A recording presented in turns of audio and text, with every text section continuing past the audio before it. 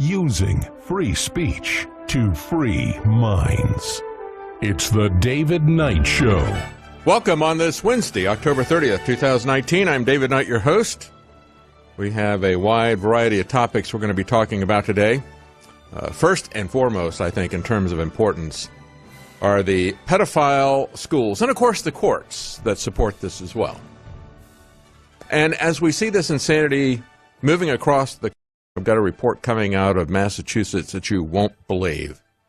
Out of Lexington. Remember, it was Concord and Lexington where the British government came to take the cannons and the rifles. And the people there would not have that. And yet now they come to take our kids. Take our kids into a dark slavery. Coming after kids at the age of 8 and 9 with this pedophile agenda, and even earlier, of course. What are we going to do about this? Well, in Texas, we've got to push back against it. We'll talk about that. We only have a legislative session every other year here in Texas. That's one of the things that you need to all think about. Once every other year is more than enough. But unfortunately, sometimes we need to have some restrictions about what government does.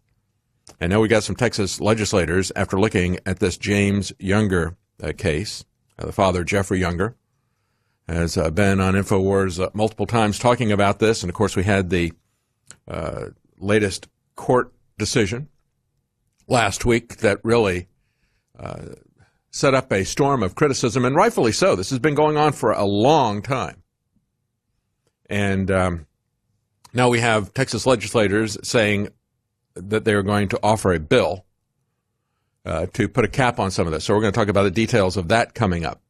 We're also going to talk about impeachment because that supposed vote is going to happen tomorrow. So we're going to talk about the current state of that. You know, we have a lot of foreign agents that have been outed recently, not in the Republican Party, not necessarily with Russia, but within the Democrat Party. Yes, imagine the hypocrisy. We're going to be talking about that coming up in the show as well. And then we're going to take a look at the latest plots in California and elsewhere to take away our freedoms.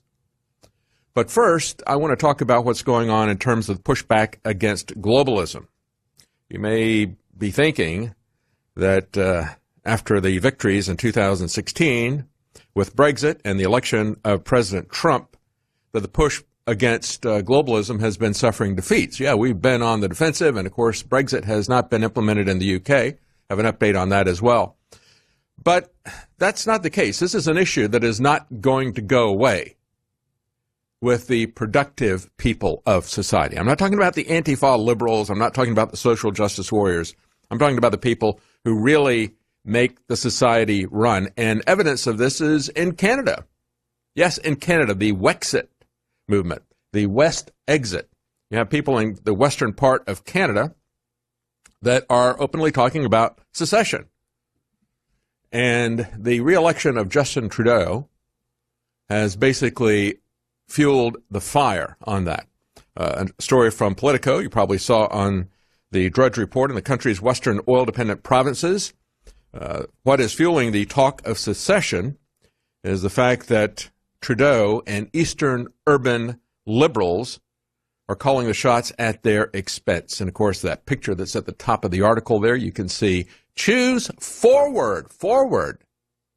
That is the code word for, quote-unquote, progressives, which in and of itself is a code word for socialists, which in and of itself is a code word for communism, authoritarianism, central planning, social justice warriors, and so forth. So we'll talk about that, updates on Brexit, updates on Julian Assange. We've got a lot of news here at the top of the hour we're going to go through. We'll be right back. Stay with us. It's Wednesday, October 30th, year of our Lord 2019. I'm David Knight, and we have news not only about Brexit, but about something else you may not have heard about, Wexit in Canada. The people who are out west, who have a productive society that is based on agriculture and oil production, are not too happy about the Eastern urban liberals represented by Justin Trudeau. So after this last election, where conservatives swept all but one parliamentary seat in the elections, these people don't feel like they're very well represented. And folks, this is a story not simply about globalism, but it is a story about how the nation states have become too large to be representative. We have, and many people don't, I think, have the appropriate perspective on the Civil War. Here in America, we're told, well, the Civil War was about one thing and one thing only. It was about ending slavery. No, that was simply a symptom of some other underlying causes. As I've pointed out many other times, across Europe, there was a fight at the time. There was a power-based change from agrarian societies that were typically organized around regional power bases, in many cases city-states from an earlier time. And there was the rise of the industrial powers and industrialism. And so the industrialists were challenging the entrenched economic and political power of the agrarians. And that was happening throughout Western civilization, all at the same time. As a matter of fact, in the 1860s, at the same time we were having our American, quote-unquote, Civil War, a civil war was going on in Italy. And it was the same orientation. It didn't have slavery as part of it. But it was about the agrarian versus industrialist, and it was about creating a consolidated nation state, a consolidated Italy out of regional power bases. And that's exactly what happened politically with this. We tend to ignore the broader economic and political aspects of this and just focus on slavery because that's what they want you to focus on, quite frankly. That was a symptom of the other symptom in this particular country. But, of course, there were other ways to resolve slavery.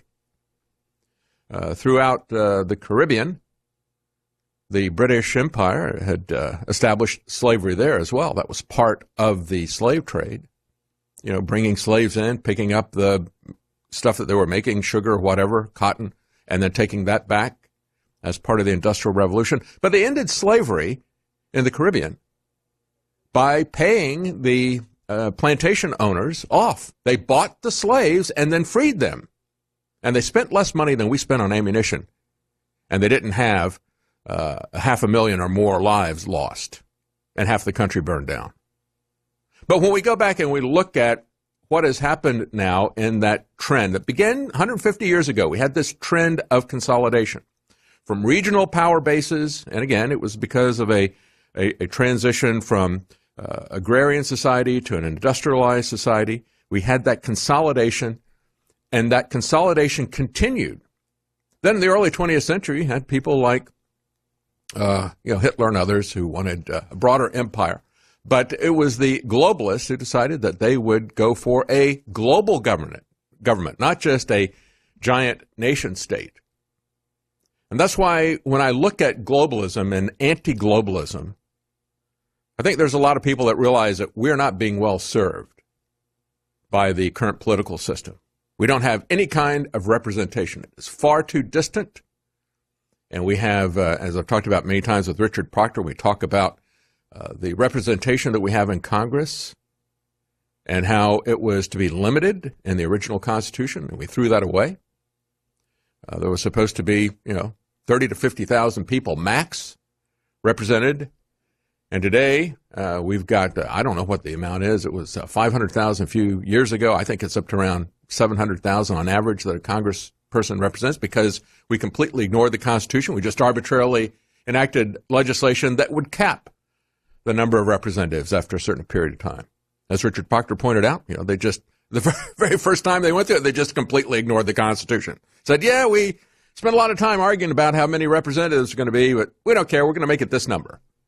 And they played around with that for a long period of time. Eventually, they just capped it. And it doesn't matter how many people they represent. So we have an absurd situation where we have now, we're back to taxation without representation. And of course, if you look at the bureaucracies, it's even worse. It's not enough that we've got 750,000 people, let's say, being represented by one congressperson. That kind of consolidation of political power to one person. If you understand what's going on, that should really alarm you.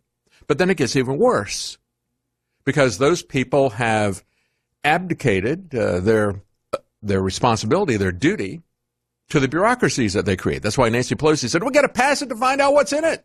We've got to create this massive bureaucracy and hand this off to them. They will write the rules. They will assess the fines. They will accuse people of violating their rules and so forth, and they will have the courts, their own little courts, where you have no due process. You have no presumption of innocence. You have no protection against excessive fines. Why? Because they pretend that these are regulations and not laws. That makes them civil and not criminal. And so you don't have any due process protections under the Constitution, according to them. Now, that's all just a bunch of legal smoke and mirrors. It's a bunch of lies that they've told you. I don't care if you call it civil or if you call it criminal. I don't care if you call it regulations or if you call it laws. If the government is coming after you and taking your money, we know exactly what that is. They can call it whatever they want. But that truly is, in the extreme case, taxation without representation, regulation without representation. But when we look at what's going on in Canada, this is the bigger problem, rather. And I think what we're beginning to see, and it starts with the pushback against globalism. And the pushback, like we saw with Brexit, consolidating, the consolidation going beyond the nation states to regional areas, going back to the mid-20th century. Zbigniew Brzezinski and others talked about creating 3 global regions, Europe, North America, Asia. Once they created free trade, then they would consolidate them politically. Then they would, over a period of time, join those 3 areas, eventually creating one world government. So as people are pushing back against this regional consolidation like the EU, they're also going to be pushing back against these out-of-control nation states as well. And that's what you see happening here in Canada. And, folks, it's going to happen here in America. And as far as I'm concerned, it can't happen too quickly. It can't happen too quickly. So the Conservatives there elected all but one parliamentary seat in the elections out west. And as one Conservative Party member of Parliament, Randy Hoback, said, is it real? Is this Wexit real, this Western exit?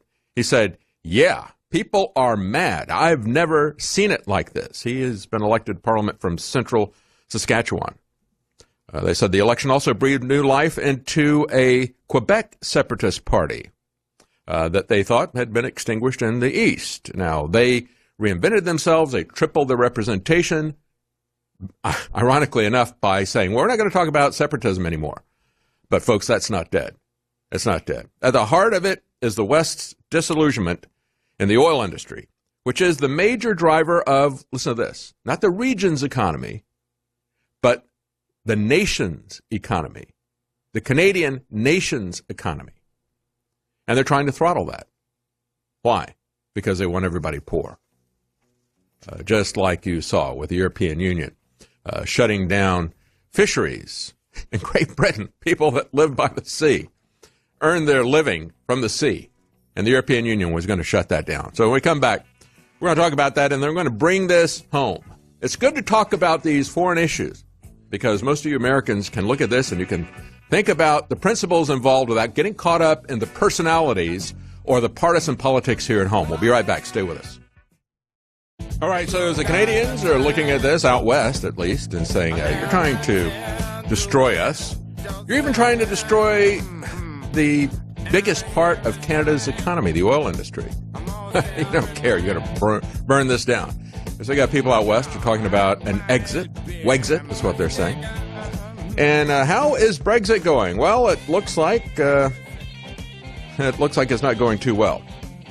UK lawmakers are now backing a December the 12th election because Boris Johnson's attempts to get out of Brexit have basically been shut down by parliamentary maneuvers. He tried to then have an election to elect a different parliament because they have decided, we're talking about how central governments have become contemptuous of the people that they supposedly represent. I can't find any better example of that than what's going on in the UK.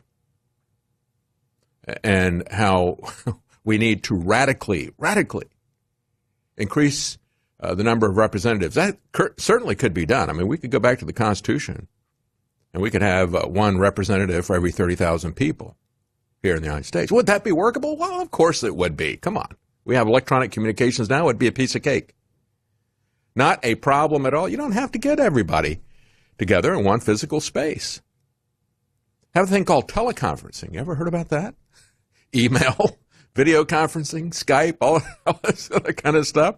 They don't need to be in one physical space. As a matter of fact, do you think that they might better represent you if they actually lived in the jurisdiction instead of living in the district of criminals and corruption? Washington, D.C.? As a matter of fact, we ought to rename it, I think. I would imagine that they're looking to rename it because it is named after Columbus, and he's now evil. Public enemy number one, according to the left. So I'm sure they want to get rid of the District of Columbia, So let's just call it what it is. District of Criminals and Corruption. Take your pick. We could call it DCC. That'd be even more accurate. We need to stop calling it the swamp and just call it the District of Criminals and Corruption. Could we handle that if we had, let's say, 20 times the number of representatives that we have right now? Absolutely. Back in the 1990s, I remember when I was working with the Libertarian Party as an independent party, and they had a lot of legislative success in New Hampshire in the state legislature.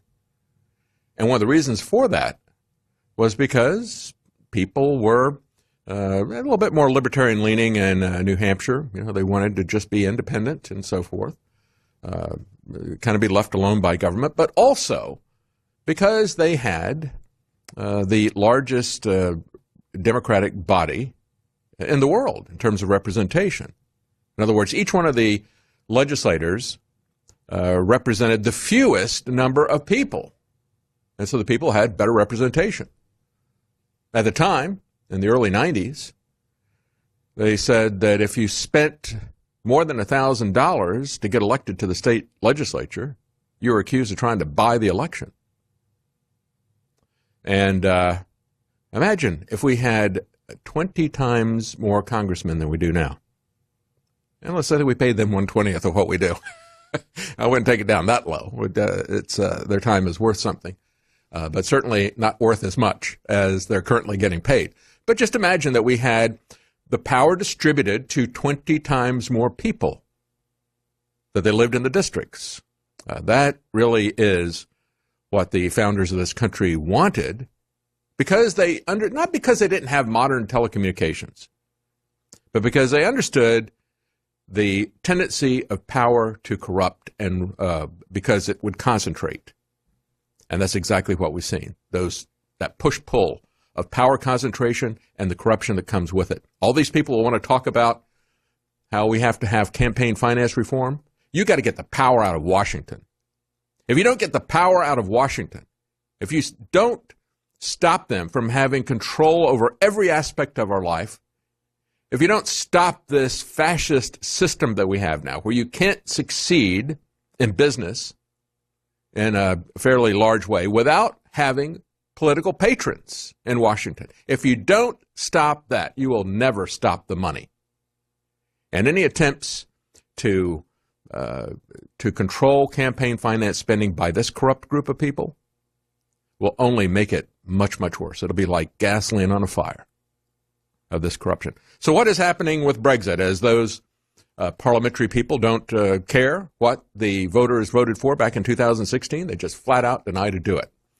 So now we have, as AP is pointing out, Britons will be heading out to vote in the dark days of December. That's right. It will be the winter of their discontent.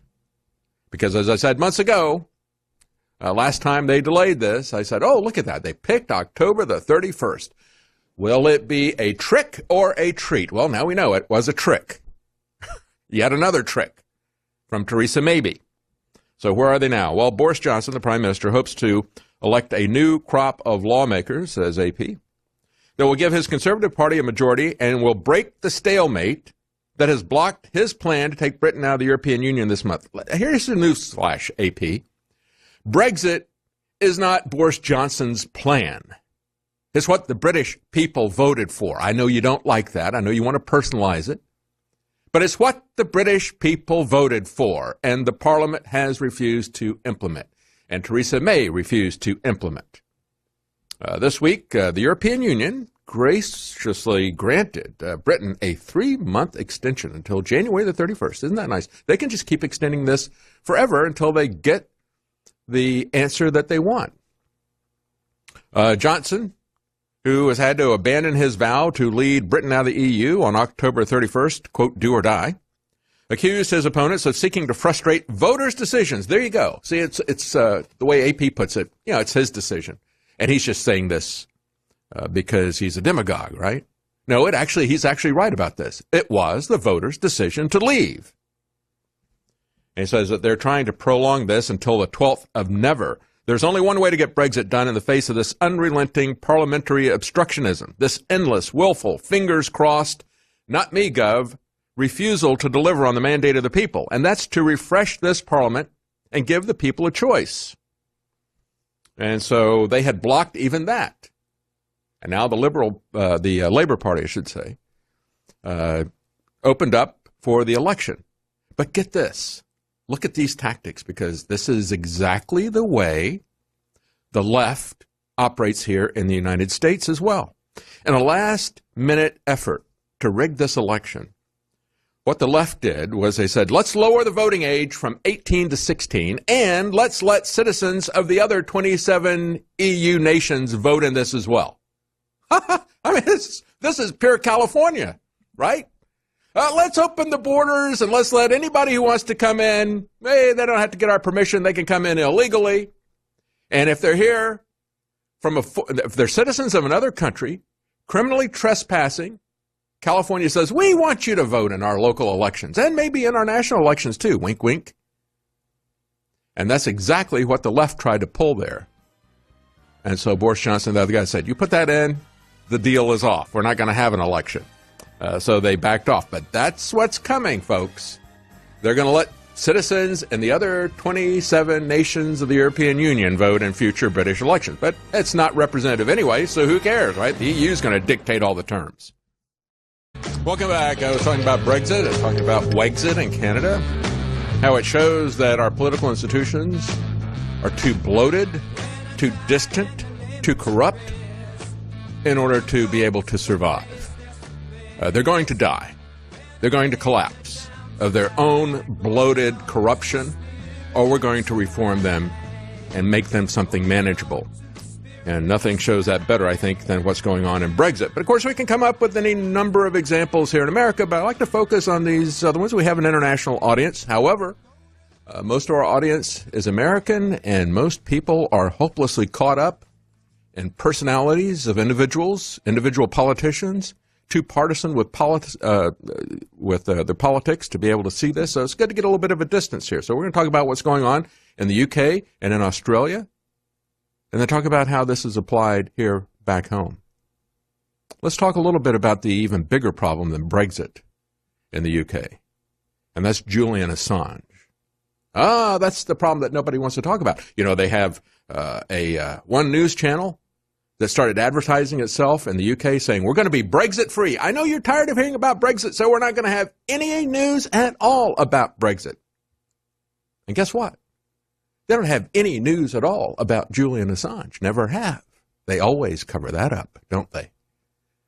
And that's even a bigger problem, because there is a rapidly expanding, UK is a very good example of this. That's where all of this social justice, political correctness, this cultural Marxism that is the mask for authoritarian censorship, that's where this all began and started doubling down, was in the UK. And it has reached crazy levels there. But as I've pointed out many times, and you could see it very, very, very clearly with Tulsi Gabbard. I talked about it when they purged us. You know, we got a lot of people with millions of followers still left on social media and on YouTube who are conservatives, who come from a conservative perspective.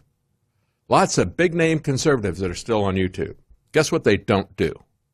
They don't talk about Julian Assange. They don't talk about the military-industrial complex. They don't talk about the surveillance state much, do they? If at all. No, if you talk about that, you get taken off. I said that when it happened to us in August, and I doubled down again when it happened 2 months later to over 800 news sites. I said, this is coming from the military-industrial complex. This is not an idea from some radical, quote-unquote, woke Silicon Valley entrepreneurs. I don't even like to use that term. To me, being woke means that you are aware, you're awake, you've taken the red pill. It doesn't mean that you're a social justice warrior. I hate that term woke, quite frankly, but it's a common usage out there. But this is not coming because of the politics of Zuckerberg. Now, his politics are power. That's all he cares about. And he will do whatever the people in power want him to do. And you can see it as he's starting to move to the right a little bit now, right? Yeah, you give me access to this. What I really want is I want Libra out there. What can I do for you guys? Can I move to the right a little bit here on this? I mean, he's not going to do much, but he's not going to bring back the people who criticize the military-industrial complex. And when they took out 800 sites 2 months after they took out InfoWars and this program, I never had a single complaint filed against me on any of these social media platforms, never had a single complaint filed against me or notification from YouTube. I never got an explanation. For months, I tried to get an explanation from those SOBs, those dictators. They never gave me one. They don't follow their own rules. Why should they? I mean, they make the rules. If you make the rules, you don't have to follow the rules, right? That's the first rule of a tyrant. You, a dictator, the rules are in my mouth. I don't follow my rules. You follow my rules. That's YouTube. That's Google. And I said at the time, and I had people on from Free Thought Project and other places, they were shut down. They're not Trump supporters by any means. But they talked about the police state, the surveillance state. They talked about the military-industrial complex and our endless wars. And that, folks, is what gets you banned. That's why the people shut down Tulsi Gabbard. That's why Google made sure that if you were coming from a VPN inside the United States after her very powerful performance at the debates, they would hide her YouTube channel from you. If you had a VPN, which disguises where you were located, or if you were coming from outside the United States, you could still see it. But you know, they didn't want her getting any traction there. Why? Why? Her one issue that these people have a problem with is the military-industrial complex. And so they are going to shut that down. It's validation as if I gave you documentation. I read you book, chapter, and verse from their testimony where you had the people from the military-industrial complex and elsewhere coming in and saying, you know, yeah, we got to silence the cannons on social media. Got to shut that down. We got to censor these people. Got to do it right now. Social media is too dangerous if we don't silence these voices out there. What voices? The voices that are pushing back against the military-industrial complex. And no matter how ridiculous this latest we-bagged Baghdadi story is, just like the ridiculous story of Osama bin Laden being killed by Barack Obama, nobody in the mainstream corporate media is going to push back against that at all. Why? Because they don't ever contradict the military-industrial complex or the CIA. They always have to come off looking as heroes. No matter how ridiculous it is, no matter how many times they contradict themselves in the details, no matter how many times they tell us, we buried his body at sea, according to Islamic custom and blah, blah. Oh, we don't have any pictures of it. Oh, he's blown up in a million pieces, but we immediately identified him under the rubble. I mean, come on. Seriously. But nobody is going to call President. That's the beautiful thing about it. President Trump can come back and shut down their narrative about, oh, you're weak on ISIS. No, look, we just killed the number 1 and 2 guys. Just like that. I just announced that they're dead. It's exactly like Wag the Dog. You take their seminal lie and you elaborate on it with your own lies and you shut it down. That's fine. Just understand what's going on here, okay? Just understand it. Actually, I tweeted out this morning, I was glad to see that Zero Hedge has picked up on that as well. Look, on President Trump, okay? Let's just do that. The people are with you. I know Washington doesn't like it. I know the military-industrial complex doesn't like it. I know that this is a way to make them look like heroes, but they're still not going to support you. They're not going to support, no matter how you could tell everybody that they assassinated Vladimir Putin, right? They still wouldn't support you. It's just, but let's talk about what's going on with Julian Assange. Because he told us the truth, they're going to kill him. That's the level that this has reached. I mean, we're not talking about people being shadow banned on social media. We're not talking about being depersoned on the internet, as they've done to Alex Jones and InfoWars and me. We're talking about somebody who is going to be killed because he told the truth. Told the truth.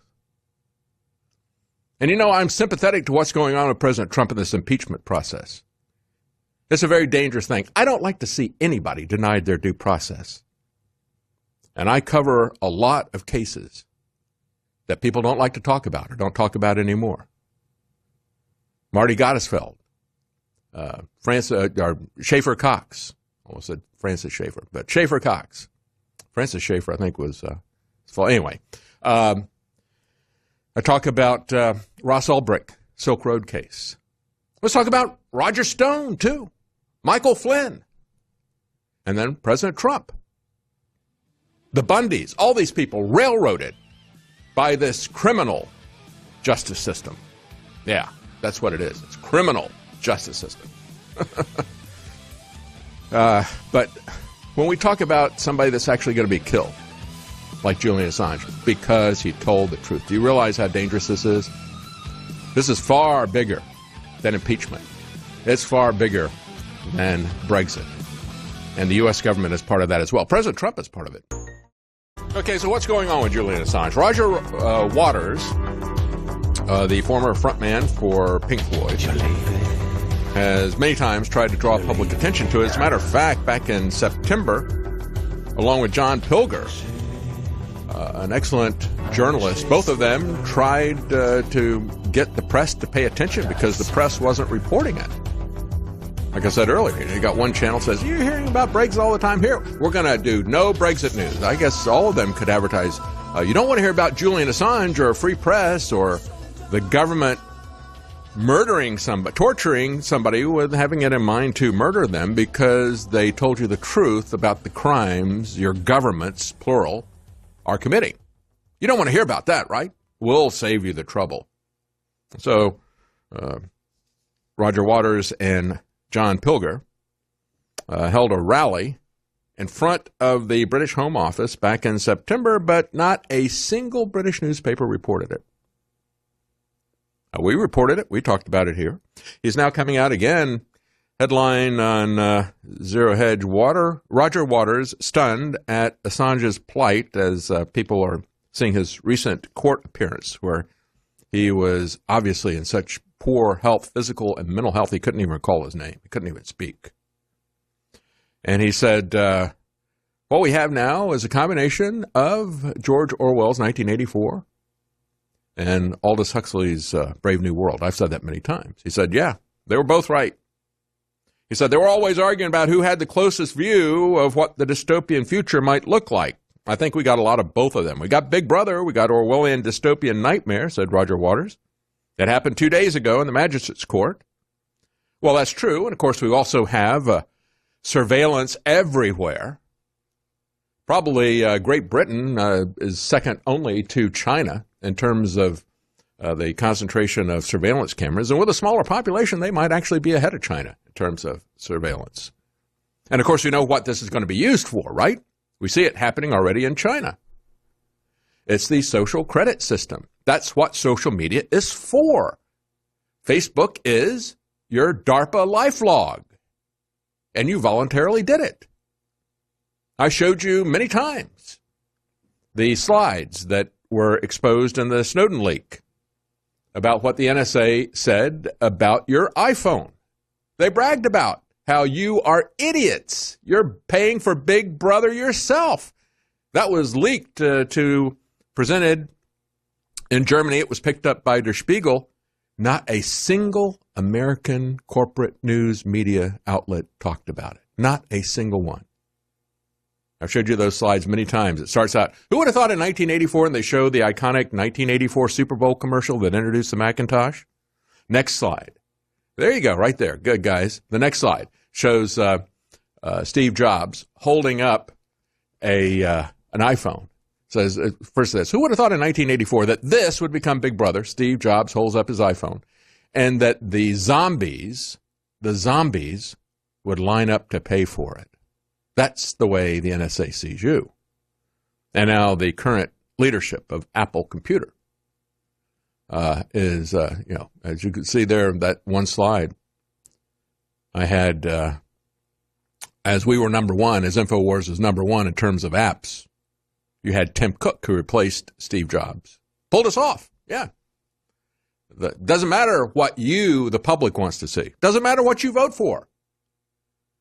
The parliaments, the congresses will give you what they want. And their fascist partners with these multinational corporations will give you what they want, what they and their government partners want. And so, we've got surveillance everywhere. We got the social credit scores that are based on what you do on social media, the social credit scores that are based on their physical surveillance of you in physical space, because that's what's coming. That's what Sidewalk Labs is. Google is running Sidewalk Labs, which is an implementation of the UN 2030 Smart Cities that's up there in Toronto. And some of the liberals who bought into that said, whoa, I thought this was about environmentalism. This is about surveillance. I'm out of here. Well, good luck on that, because Google and the government wants to have the kind of physical surveillance of you that they now have on the internet, that you've given them for free. And, of course, we have our speech being controlled by these people. So that's the Orwellian side. What is the Brave New World side? Well, Roger Waters says you only have to look at the street, and you can see people, the walking dead, he calls them, going by, taking absolutely no notice of the fact that this journalist is being murdered by our government. And it's by our government as well. The UK government is murdering Julian Assange at the insistence of our government. That would be the CIA. They really are our government here. The CIA wants him dead. The military-industrial complex, the people behind all of this censorship, the people who created the internet, the people who funded the multinational corporations with In-Q-Tel and these other venture capital boards that were populated with people from the intelligence community. Our rulers, our masters, our government, the CIA want him dead, and the British government is more than happy to comply. Roger Waters goes on to say, and we walk by with our earbuds in, clicking away on our iPhones as we walk, unthinking, unfeeling, uncaring throughout our lives, and we allow this BS to take place in our names and in our courts. That's right. That's right. That's exactly what's going on. Why do they want independent media shut down? We had a video that has surfaced. Luke Rudkowski and his We Are Change people got onto Epstein's pedo island. It's like thumbs up to these guys. Good job. That is excellent. Got onto Epstein's pedo island. You can see the video embedded. Zero Hedge, guerrilla journalists sneak on to Jeffrey Epstein's pedo island. They went around. They showed all the creepy statues, all the other stuff. And you can see, of course, that Luke covers Bilderberg quite a bit, as we do. But if you want to know where the Bilderbergers go for their vacation resort, that's it right there. And what's funny is, as heavily guarded as Bilderberg is, they didn't have anybody guarding that private island. They just went on there and took lots of pictures of that. So if you want to see their creepy details and hear what they saw, that's why, folks, you want to have independent media. You want to have independent media because we will tell you what's going on about the foreign wars. We'll tell you what's going on about the surveillance. We'll tell you what's going on about Julian Assange. Corporate media is not going to do this kind of stuff. Why? Why don't they do that? Why do they shy away from anybody talking about Epstein's pedophilia? Why do you have the corporate media, even people like Rush Limbaugh? I mean, you go back and you look at the way that he covered up and tried to explain away as a partisan attack what Dennis Hastert was doing. And then prior to that, Dennis Hastert and Rush Limbaugh were covering up what another congressman did when he used his position to sexually molest minors who were serving as congressional pages. And they said, this is just a partisan attack. They're just doing this before the election.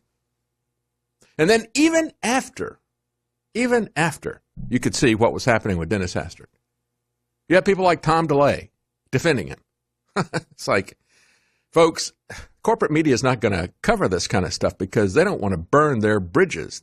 Everything that they do is based on having access to big-name political celebrities. You know, Fox has got unlimited access to any Republican. You know, they're just waiting in the wings for a phone call to get on Fox News. And the same thing's true of CNN and MSNBC with the Democrats. And so they're not going to burn any bridges by criticizing those people. If you want to know what's going on, then you can tune in to us. I mean, President Trump is right. I'll give him kudos, and I do many times. And when he's wrong, I'll tell you he's wrong. You know, we look at this story. Is Facebook censoring conservatives, or is it moderating just too hard, says CNET. Seriously? Are you seriously just suggesting that it's not censorship even now? You know, President Trump had the Rose Garden conference of a lot of people who are not censored, talking about, you know, social media and how we got to do something about it. You even had Heritage Foundation, the biggest conservative think tank, who is not censored, saying, we don't have to worry about internet censorship. This is just the success of the free market. No, it isn't. We've had whistleblowers at Facebook talk about that. And I had something to say about it as well, and I'm going to have more to say about it coming up in the next segment. But I just want to remind you, if you want to keep us here, if you want to keep independent media alive, we need your support at InfoWarsStore.com. You've been very good to support us since this has been happening. But, folks, we still need your support, and we are trying to support you in terms of products that can help you prepare, help you to make yourself and your family healthier. We've got 40 to 70% off dozens of products, free shipping, double Patriot points, InfoWarsStore.com. Stay with us. We'll be right back. Yeah, welcome back as we've got CNET actually saying, well, is Facebook really censoring people, or are they just maybe moderating too hard? You want to play semantics with this? Okay, let's play semantics with this. They even admit deeper down in their story that allegations of anti-right bias at Facebook, this is from their story, go back to at least 2016, when former contractors who worked at the company told Gizmodo that they'd been instructed to suppress news from conservative sources. Don't pay any attention to the fact that they're actually suppressing conservative sources. And it isn't even a conservative bias, as I pointed out before. This is a bias against people who talk about a lot of them conservative, most of them conservative, but not all of them. A lot of people who are not conservative, a lot of people who don't support Trump, but they oppose the military-industrial complex. You know, that's a big part of why a lot of people supported President Trump.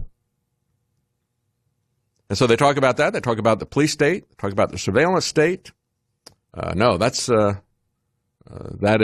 talk about the use of fake claims of racism and hatred and bullying as a way to censor people's speech. And so, yeah, there's a lot of conservatives who pick up on that as well.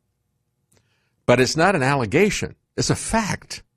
This is coming out from whistleblowers. These are the people ready to impeach President Trump on hearsay allegations from other people. But, of course, if you've got actual evidence of this, and if you've got actual whistleblowers who actually heard this, who actually have documents, that's just allegations. Let's just dismiss it.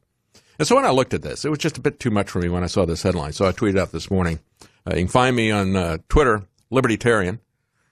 Today's social media censorship is now called moderation, quote unquote, right? To paraphrase Goldwater's Shakespeare, that's what he called his speechwriter, Carl Hess. He called him his Shakespeare. Extremism in defense of free speech is no vice, and so-called moderation in pursuit of social justice is no virtue. Yeah, that's really what we need to get people to understand. Don't call me an extremist because I support free speech. I don't care how extreme it is. I don't care if your feelings get hurt. My feelings get hurt when you censor me. How about that? My feelings get hurt when you sexually abuse children, and it is psychological abuse that is paving the way for physical sexual abuse of these children. We're going to be talking about that coming up here. But let's also take a look at what's going on in Australia. Again, as we look at the principles of the surveillance state, let's go to Australia, where most people don't know who Peter Dutton is. And so you don't really have a bias one way or the other. You don't really want to support this guy, right? If you're an American, even if you're British, you probably don't know who Peter Dutton is.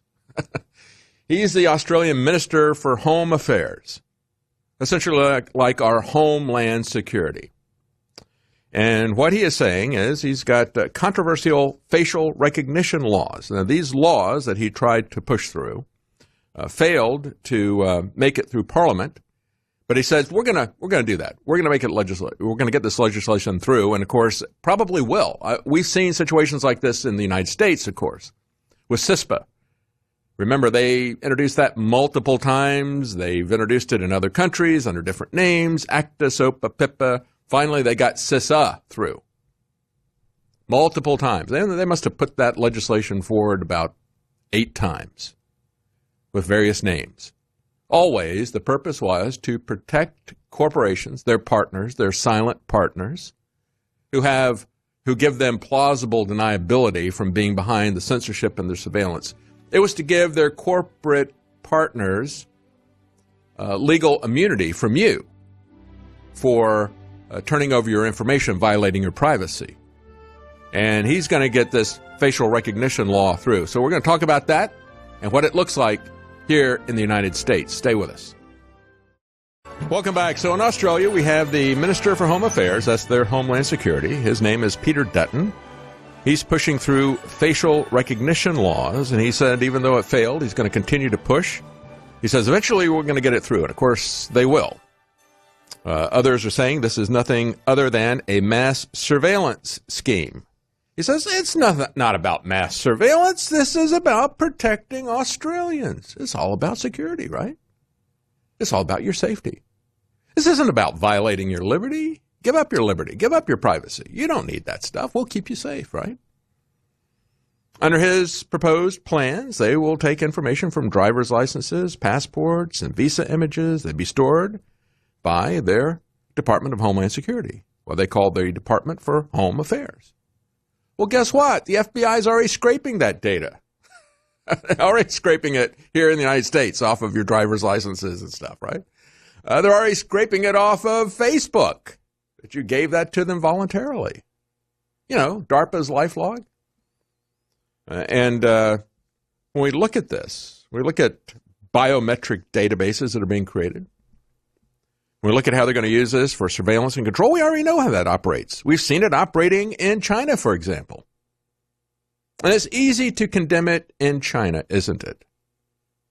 And it's easy to see what's going to happen in Australia or what's happening in the UK.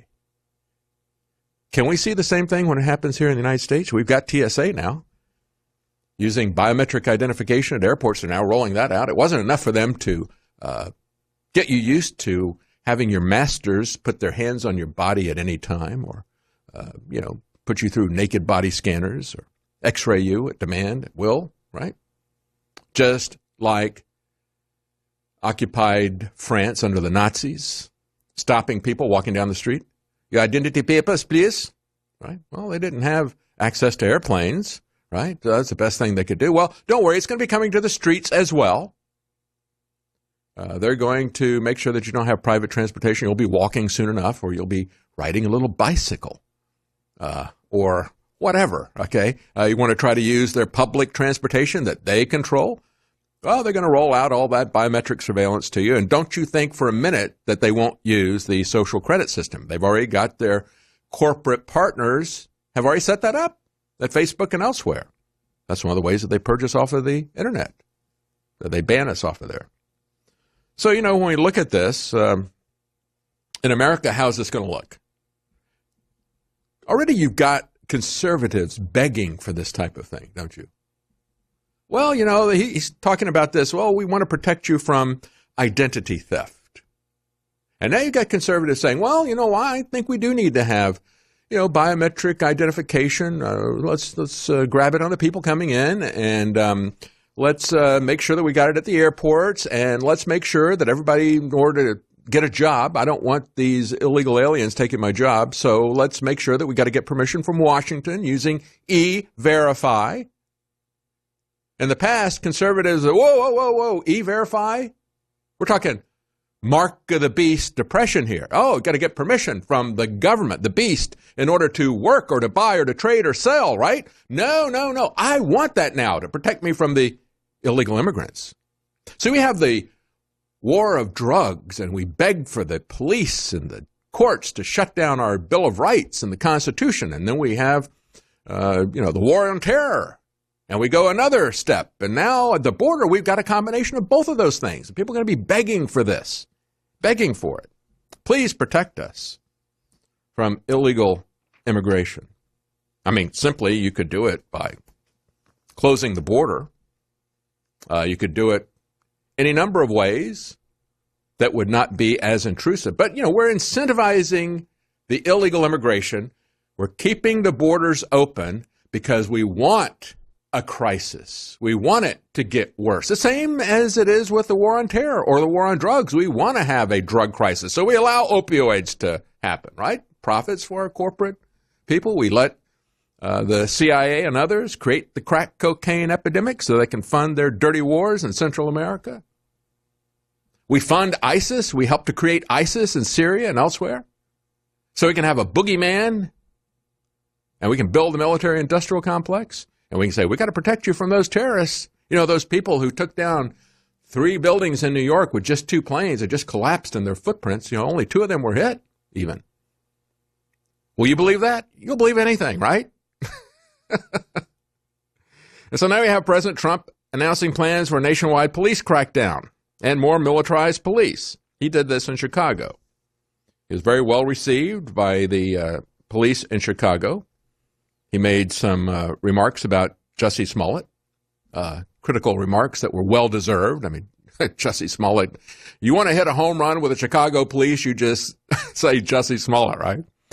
So President Trump on Monday said the Justice Department is preparing to launch a sweeping crackdown on crime that he named the Surge. The Surge. This is a term, as Free Thought Project points out, that was used for George W. Bush sending tens of thousands of more troops into Iraq back in 2007, the Surge. And so President Trump said, in coming weeks, Attorney General Barr will announce a new crackdown on crime. We're going to be targeting gangs. We're going to target drug traffickers in high-crime cities and dangerous rural areas. Oh, everywhere, cities and rural areas. He said, let's call it the Surge. And he said, you're going to see tremendous results very quickly. I just reported yesterday about how Attorney General Barr is working to push pre-crime identification of people. We've got very troubling things coming out with red flag laws that President Trump and other Republicans have embraced. Oh, yeah, let's get those crazy people out. Well, who decides who's crazy? They will. They will with HARPA. They will with their psychoanalysts who work for them. Kind of like with CPS. They decide who the bad parents are, and they just take the kids. You don't even know why. Can't even find out why. Can't get your kids back. You're not going to be able to get your family back when they take them off to a mental institution without due process. Without due process. And then he went on. He said, to help keep you safe, I've made $600 million worth of surplus military equipment available to local law enforcement. If you remember, the previous administration didn't want to do that. I don't remember that, President Trump. I remember Obama doing it to an absurd degree. And I also remember conservatives and libertarians criticizing Obama for doing that. And we've remained silent about this, haven't we? It's okay when President Trump and the Republicans do it. It's bad when Obama does it, right? No, it's bad. It's bad policy. He said, they didn't want to make you, he says this to the police, they didn't want to make you look so tough. They didn't want to make you look like you're a threat. See, I don't want the police to be a threat, President Trump. You've got it absolutely wrong. They should not be threatening us. The problem is not Obama. Again, it's the military-industrial complex. You know, this whole program where he was sending MRAPs to small police departments and everything? One of the reasons that failed was because it turned into a white elephant. The Department of Defense didn't want to give up ownership of those vehicles. They were just pre-placing them for martial law into these small towns. They said, we're going to retain ownership of it. You, however, are going to maintain this. Classic white elephant. Where the emperor in India would say, if he wanted to really destroy somebody, he would give them the gift of an elephant. They couldn't ignore it because it was sacred, right? So they had to maintain it and keep it. Well, that's what they were doing, these small police departments. Finally, they said no. And it even got to the absurd extreme that the Defense Department, which had been giving surplus vehicles to rural fire departments because they couldn't afford to buy their own and because they were typically on the front line of the worst fires, ever since World War II, they've been giving rural fire departments these surplus military vehicles to fight fires. And they cut it off because they wanted to give it to the police. And now President Trump is bringing this back? Remember when we called BS when Obama said that he killed Osama? We don't do it today, and we don't call BS on this program either, do we? We'll be right back. Stay with us. Talk about the impeachment fraud. We're going to do that later, though, because also the title of the show today, we talked about how we're going to get to the pedophile schools. And quite frankly, that is a big concern of mine. Let's start with Elizabeth Warren. Elizabeth Warren is now pledging, there's one thing that she doesn't want to spend money on, and that's school choice. Money for everything else. Free college. Whatever college you want to go to, she will subsidize it for free. Why? Because they're going to tell your kids what to think. It's not an education. It's propaganda. It's indoctrination that's going on there. And they're good with that. But if you want to go to a nonprofit charter school, she doesn't want your money being used for that. And here's the thing, folks. In general, I thought the idea for a charter school was a good idea. The money would follow your kid. But as I looked deeper at this, as I looked at Mark Hall's documentary, Killing Ed, it showed a worst-case scenario for charter schools. The Gulenist schools, the schools that are being run by an Islamic cleric who was brought to this country by the CIA, a part of the political intrigue that's going on in Turkey. He runs thousands of schools worldwide. Everywhere else, they are Islamic madrasas. But here in the United States, they keep that covered up. And they have had a lot of investigations about other types of corruption at these schools, but they get $750 billion. They push Turkey. They push the cultural aspects of Islam. They get right up to the line. There's allegations of immigration abuse and money laundering and skimming and corrupt building contracts and all this other kind of stuff that he goes into in great detail in that documentary, Killing Ed. If you think that charter schools are a good idea, look at that. And let me tell you what the fundamental problem with charter schools are. The fundamental problem is government. Government. The same thing that is running our government schools, our so-called public schools, also is running our charter schools, because they're also government schools. You take money from the government owns your kids' education. I never took a dime from government to educate my 3 kids. I don't want them controlling anything about their education. And if you take the money, they control you. They control you. We need to reach the point, folks, where we understand that if you want freedom, you got to say no to the free stuff. It always comes with strings attached. It always comes with control.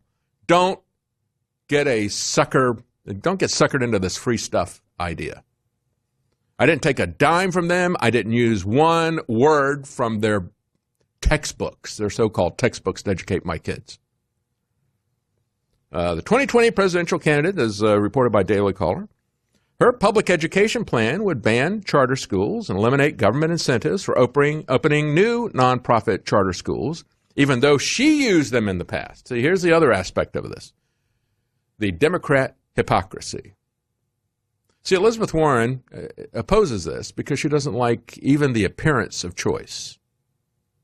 Now, as I pointed out, they're going to eventually find a way to control it if they fund it.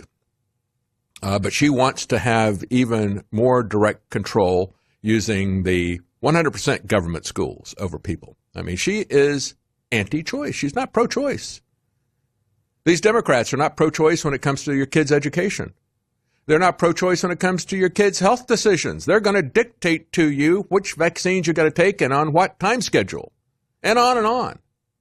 And we got some new plans coming out of California for how they want to control your children's education. So you got to call them pro-choice. They don't want you to have a choice about anything. Not a free market in anything. Not a free market in education. Nothing. Nothing at all. She chose to send her son, Alexander, to an elite private school here in Austin, close to at the time that she was teaching at the University of Texas in Austin. Think about that.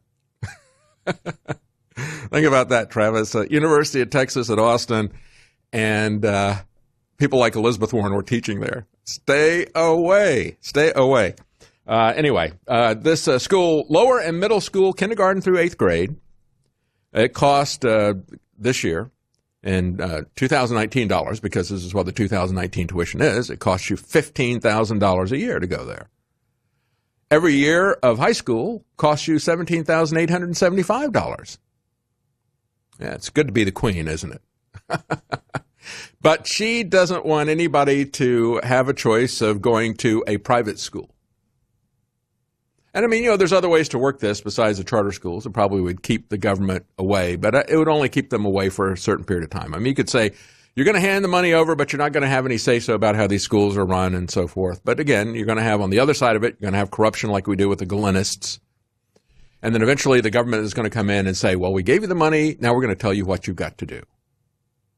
We're going to tell you what you've got to do. That's what they have done with the colleges, for example. You took the scholarship money for some of these kids. We wanted to help everybody get to school, so we liberally put out tuition scholarships and so forth. But now that you're taking the tuition scholarships from federal colleges, and that pretty much they got their hooks into pretty much all the private schools. I think Hillsdale is the only one that I know. Maybe there's some others out there. They said, we're not taking anybody who's getting any federal money because we're not going to take the strings that come attached with that.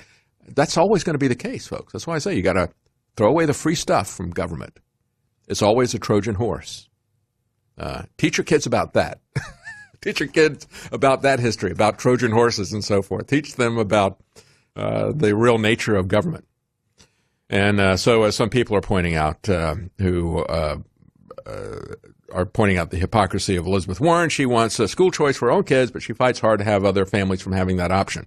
And let me tell you something. It's not just about the charter schools. It's going to be, she is pandering to the teachers' unions who have become Marxist-Leninists, who are pushing this pedophile agenda, and she is going to be doing everything that she can to close down private schools that don't take any federal money, to close down homeschools, to make that illegal. We know exactly where these people are headed. And why would you want to homeschool your kid anyway? Well, here's an example out of Massachusetts. A public school there is using a gender snow person to teach 9-year-olds never to assume that boys have penises. Sorry, I have to say that, but this is what it comes to. I mean, it gets to the point where just to cover the news, you got to sound like the Howard Stern show.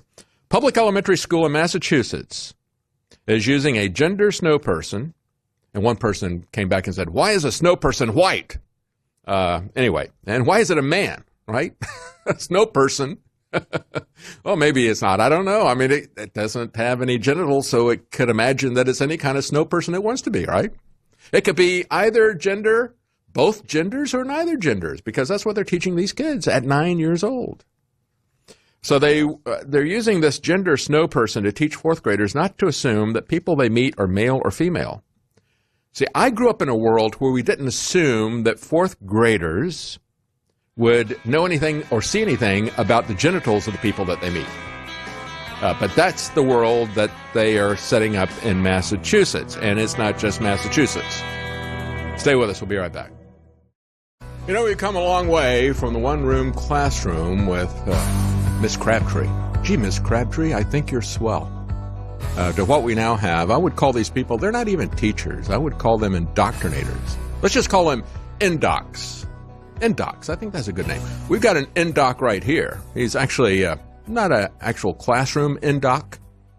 He is the Director of Equity and Student Support for Lexington Public Schools, and they need to have this type of thing. This is something that premiered a couple of decades ago in colleges, and now it's in primary schools and kindergartens because they've now extended the NDOC all the way down there, our brave new schools.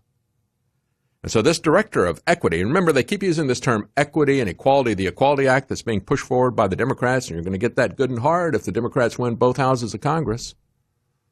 The Equity, the Equality Act, that's going to make sure that, some people are going to be more equal than others. We know how that works, don't we? The LGBT tyranny behind all this stuff. They are going to tell you, they're going to use this to shut down free speech, free exercise of religion. They're going to use it to demand that your kids fall in line to this brave new school pedophilia curriculum that they've got. So what's this look like in Lexington? This is Lexington, Massachusetts. Lexington, Massachusetts. He tweeted about the gender snow person.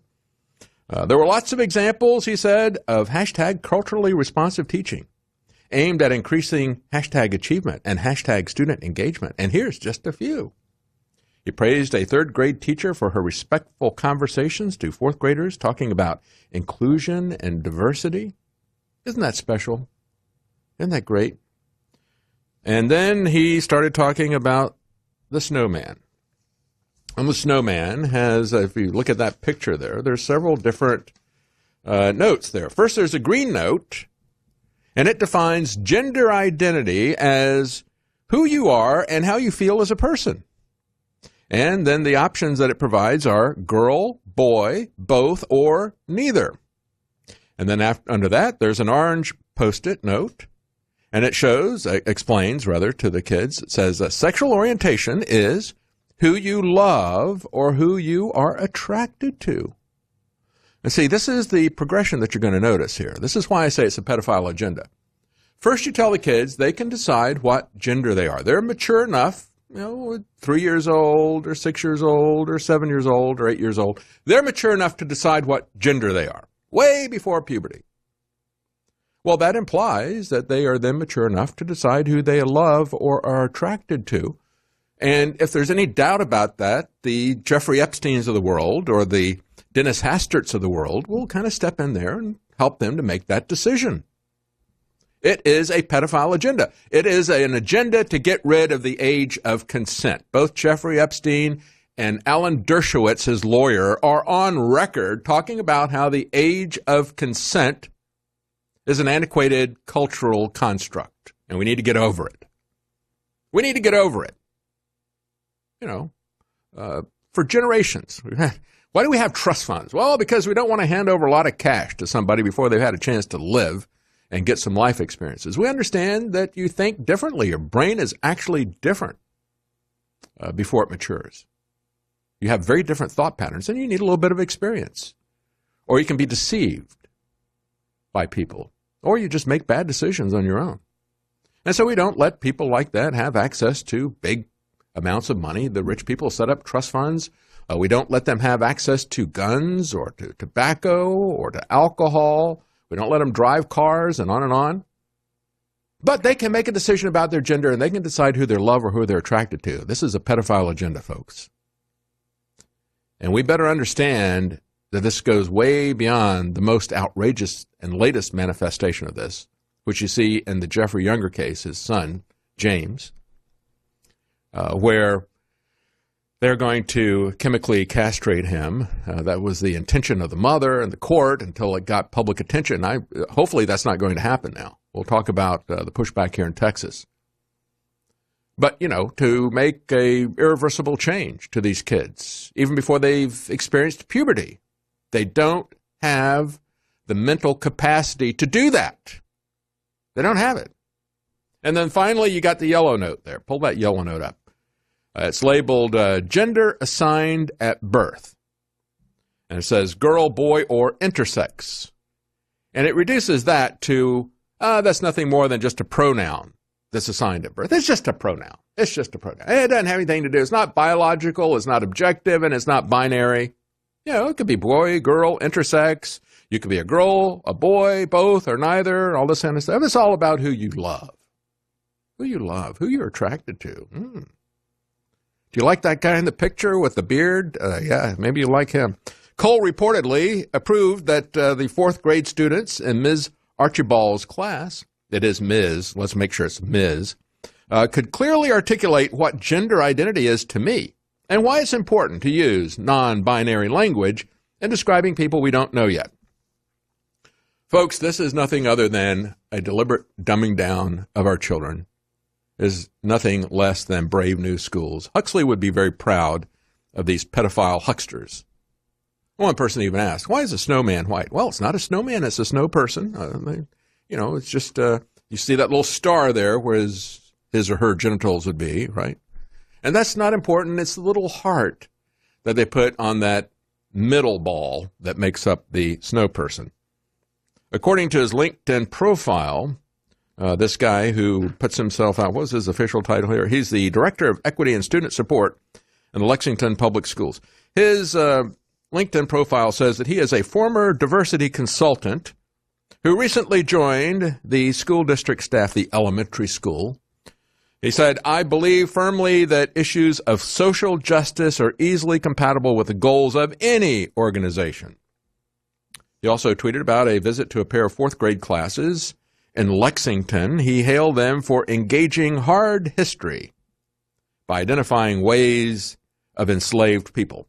So when they talk about in Lexington, Massachusetts, where the people said, we're not going to be slaves. And we're not going to be slaves because you're not going to take our guns, and you're not going to take our cannons. And we will fight. And now the people in Lexington won't fight for their kids. They won't fight when they come for their kids. How far we have fallen in 200 years, isn't it? And the hard facts that are going to be there with hard history, right? Going to be pushing their agenda of racism and hatred of America. They're not going to talk about the hard facts of liberty.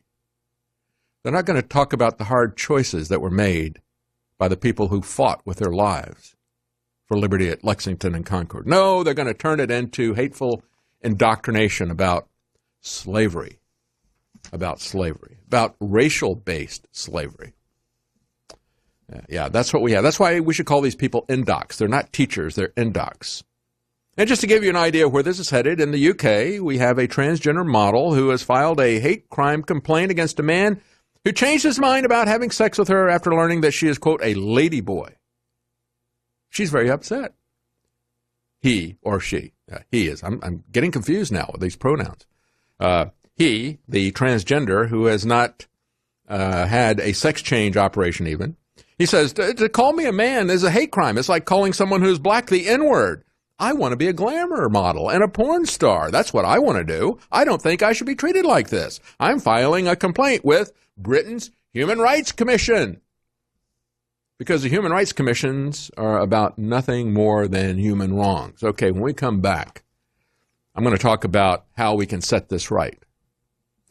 And what happened with the James Younger case, his father, Jeffrey Younger, I think has really been a warning shot, a wake-up call to people. I mean, if this doesn't wake people up, if you can't have a parent psychologically abuse their child, intend to physically abuse them for life, and use the court systems to do, if that doesn't wake up people in Texas, nothing will. We'll be right back. Stay with us. I'm going to tell you the response that is starting to take form here in Texas, hopefully. Of course, it's going to be a while before the Texas legislators can do anything about it.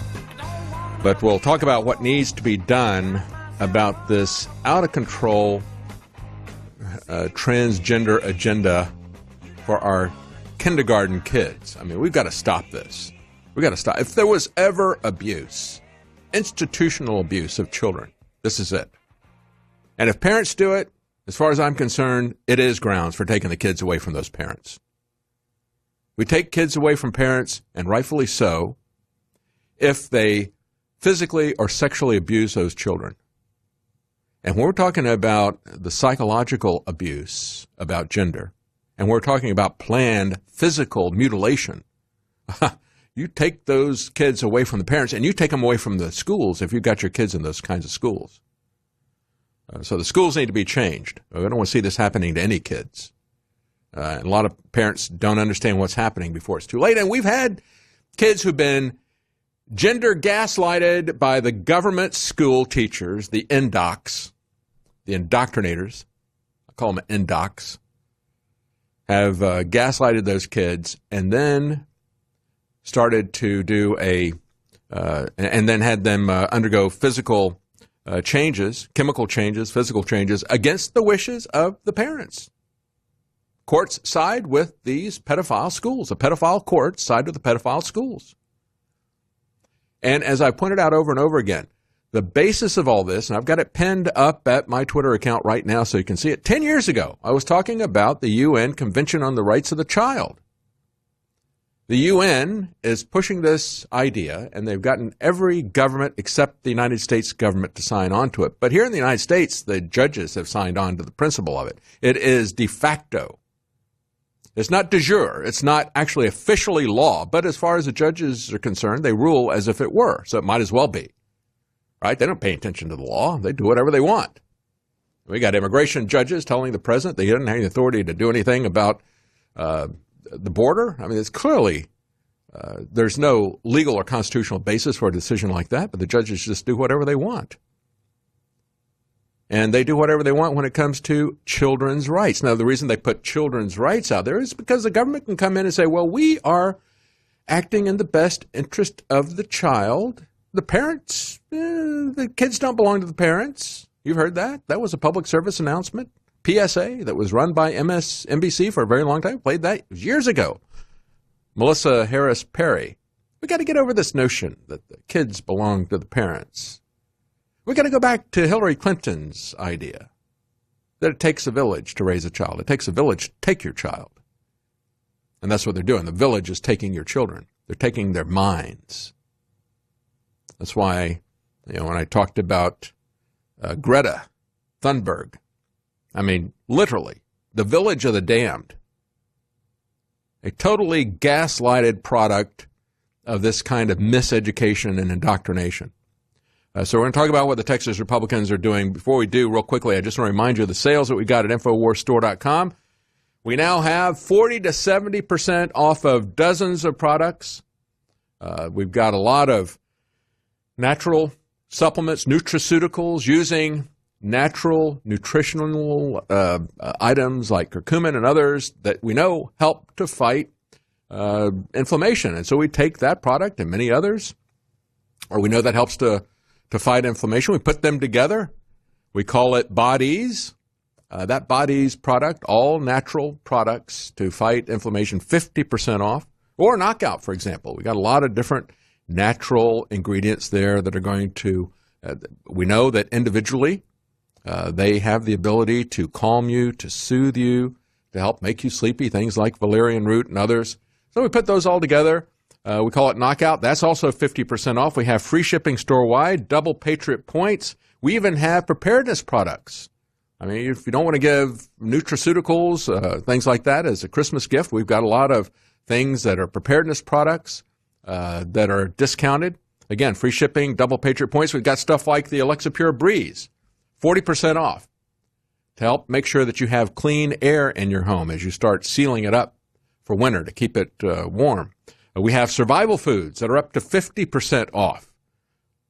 It'll preserve for 25 years. It's all natural, non-GMO, made in America, and you can actually reseal it after you've opened it up for a short period of time.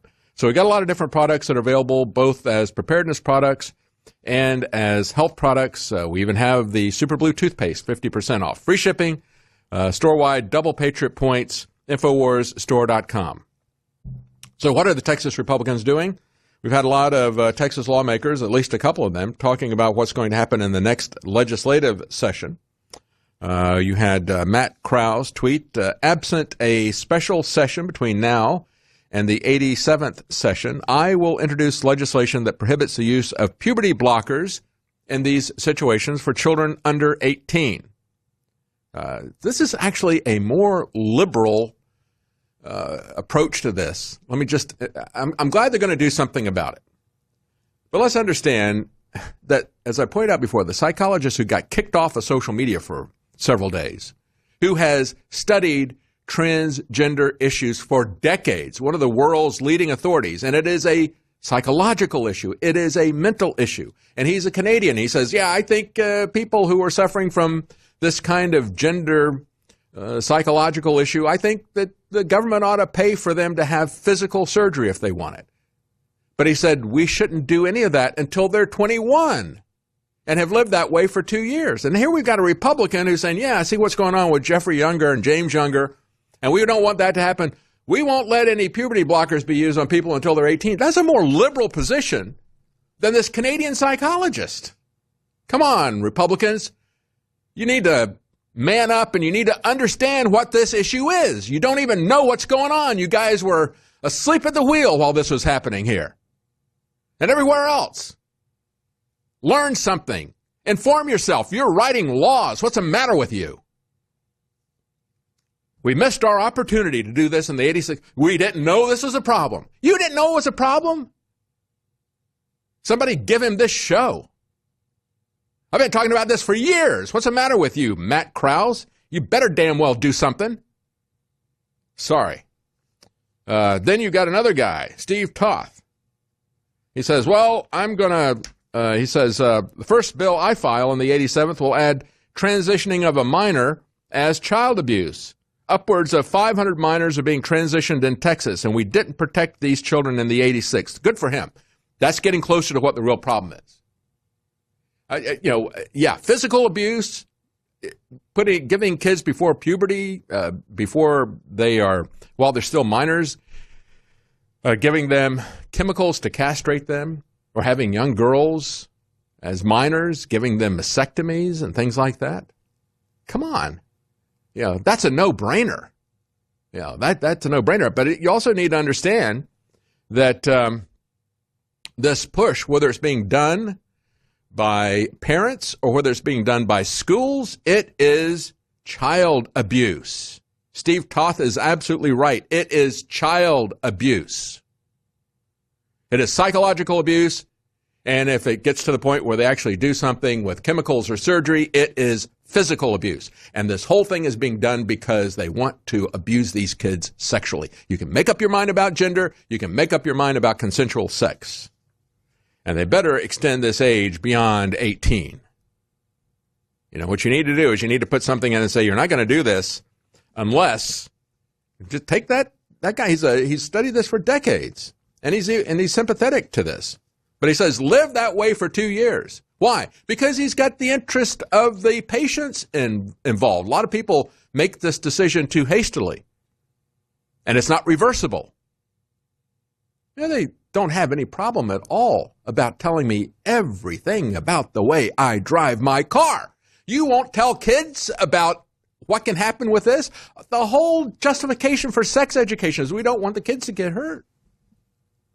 We want to teach them, about sexual predators and stuff. And we want to make sure that they don't have unwanted pregnancies. And so we can give them abortions without the parental consent, right? So we want to make sure that none of this happens. So let's talk to these kids at an early age. I was talking about Lexington, Massachusetts. It was in Massachusetts that they jailed a father about 25 years ago because he said, I don't want you talking to my 8-year-old about sex. And at that point in time, it was heterosexual sex. He said they're not old enough to talk about that. He didn't have a problem with heterosexual sex. He had kids. He said, but it's not appropriate at this age. Can we understand that? Can the Texas Republicans get their game up? Can you get your head in the game? What do you guys do? Pathetic. We'll be right back. Stay with us. Welcome back as we're talking about schools and we're talking about what the government is doing to your kids in these pedo schools. Yeah, they are pedo schools. pedophile socialist schools. Let's not call them government schools anymore. They're just pedophile socialist schools to deliberately dumb down your kids. The brave new schools. Huxley would be proud. So now they've got a new idea in California. It's not enough to make sure that they got to use the carrot of government education, a free education. Isn't that wonderful? Isn't a free education wonderful, except it's not free?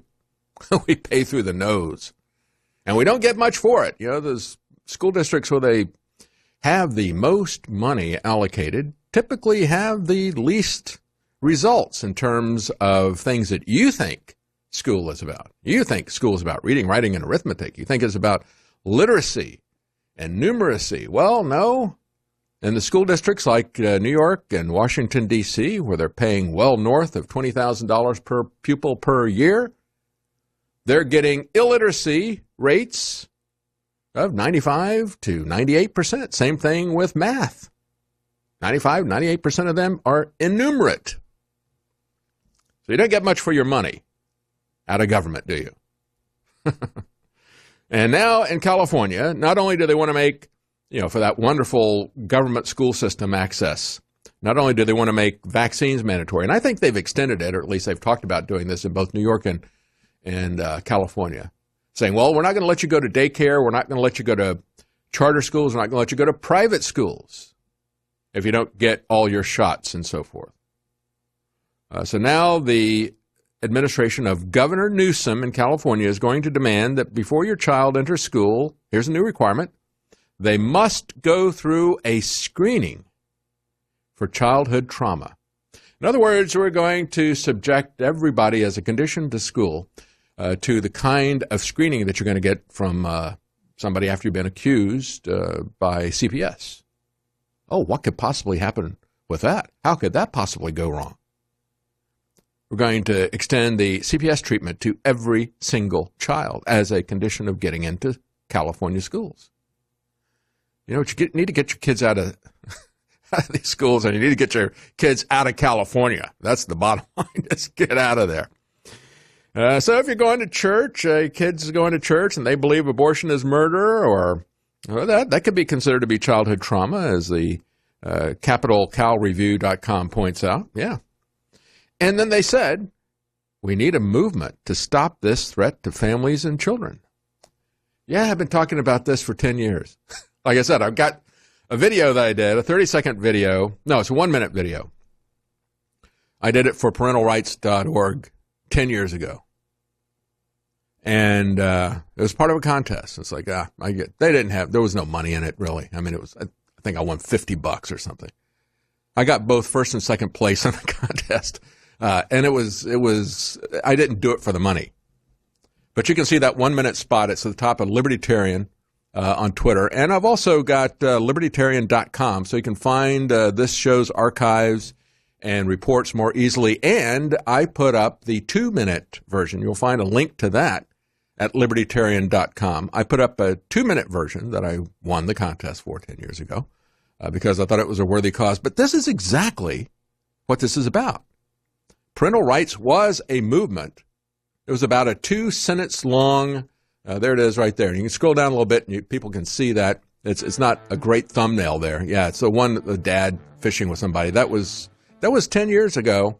So, it was, Google would pick the thumbnails for you at that point in time. Yeah, it was an idea to protect parental rights with a constitutional amendment. But of course, free speech is protected by a constitutional amendment as well. Ultimately, you are going to have to protect your kids. We'll be right back. Stay with us. Coming up in this hour, we're going to talk about these. Nancy Pelosi is saying that they're going to have a vote on actually starting to have some rules about the impeachment process tomorrow, presumably. This week, but presumably tomorrow. Which implies that they haven't had any rules, right? Rules? We don't need no rules. We're Democrats. But you will not believe what these new quote-unquote rules are. Boy, I tell you. You talk about the House stacking the odds. Vegas has got nothing on these guys, on these Democrats in Washington. But I want to take a quick look before we do. I talked about President Trump as he was going to the police convention in Chicago, promising a huge surge, a huge surge. We're going to give you military vehicles. You didn't see the previous administration do that. Well, no, we did, and it was wrong, and we spoke against it, and we better speak against it if it continues or if it gets escalated into some kind of a surge. Can you understand how this is happening? I mean, we got armed gangs of thugs that are having regular shootouts, Somali thugs in Minneapolis, because that's now become Little Mogadishu. These are the people who are the political base of Ilhan Omar. The corruption that's going on there with the graft and the corruption, the Democrats are looking the other way as you've got massive welfare fraud centering around daycare centers.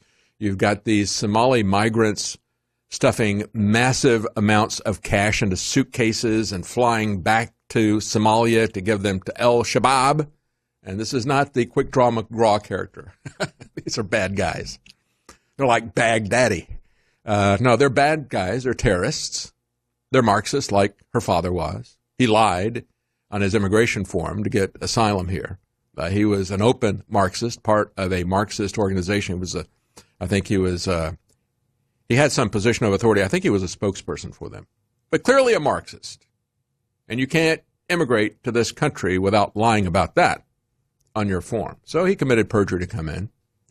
But, as all these people are getting so upset about Katie Hill, don't worry. Katie Hill, it's the sort of thing that we saw with Bill Clinton.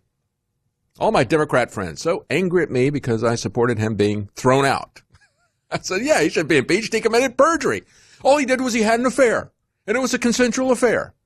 It's like, no, you don't understand it. He committed perjury. I mean, even if you don't want to pay attention to all the stuff that Ken Starr ignored, all of the credible allegations of the many, many physical sexual abuses and violent rapes that Bill Clinton committed, if you want to ignore all of the economic corruption and crime activities of Bill and Hillary, from cattle futures to whitewater land deals and all this other kind. He didn't go anywhere near any of that. He just kept it simple, said, okay, well, he lied. Obviously, I can't ignore that. He lied under oath about a consensual affair, and he got caught. So we got that perjury charge. And they impeached him for perjury. They didn't impeach him for having an affair with Monica Lewinsky. And Katie Hill is not getting thrown out of Congress because she had threesomes or naked drug orgies or whatever, or even because she's got a Nazi tattoo. She's not getting thrown out for any of those reasons. She's getting thrown out because it involved her staffer, and she violated hard-coded, could call it, I guess, hardcore, hardcore regulations about staff that were enacted last year in the wake of Me Too stuff.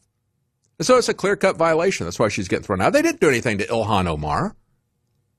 I mean, how many different men has she got in her harem? I don't know. We can't even keep track of them. She's married to 2 guys at a time, 3 guys at a time.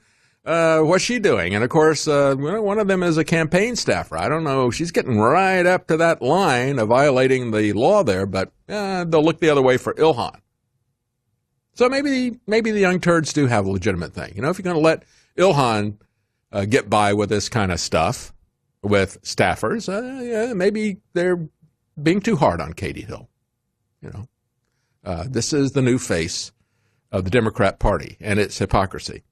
But again, getting back to the police situation, we look at what's happening with the Somalis. And again, President Trump has tried to stop people from coming in, and he's allowing, this is what I fault President Trump for. He's allowing the judiciary to stop him, and they don't have the authority.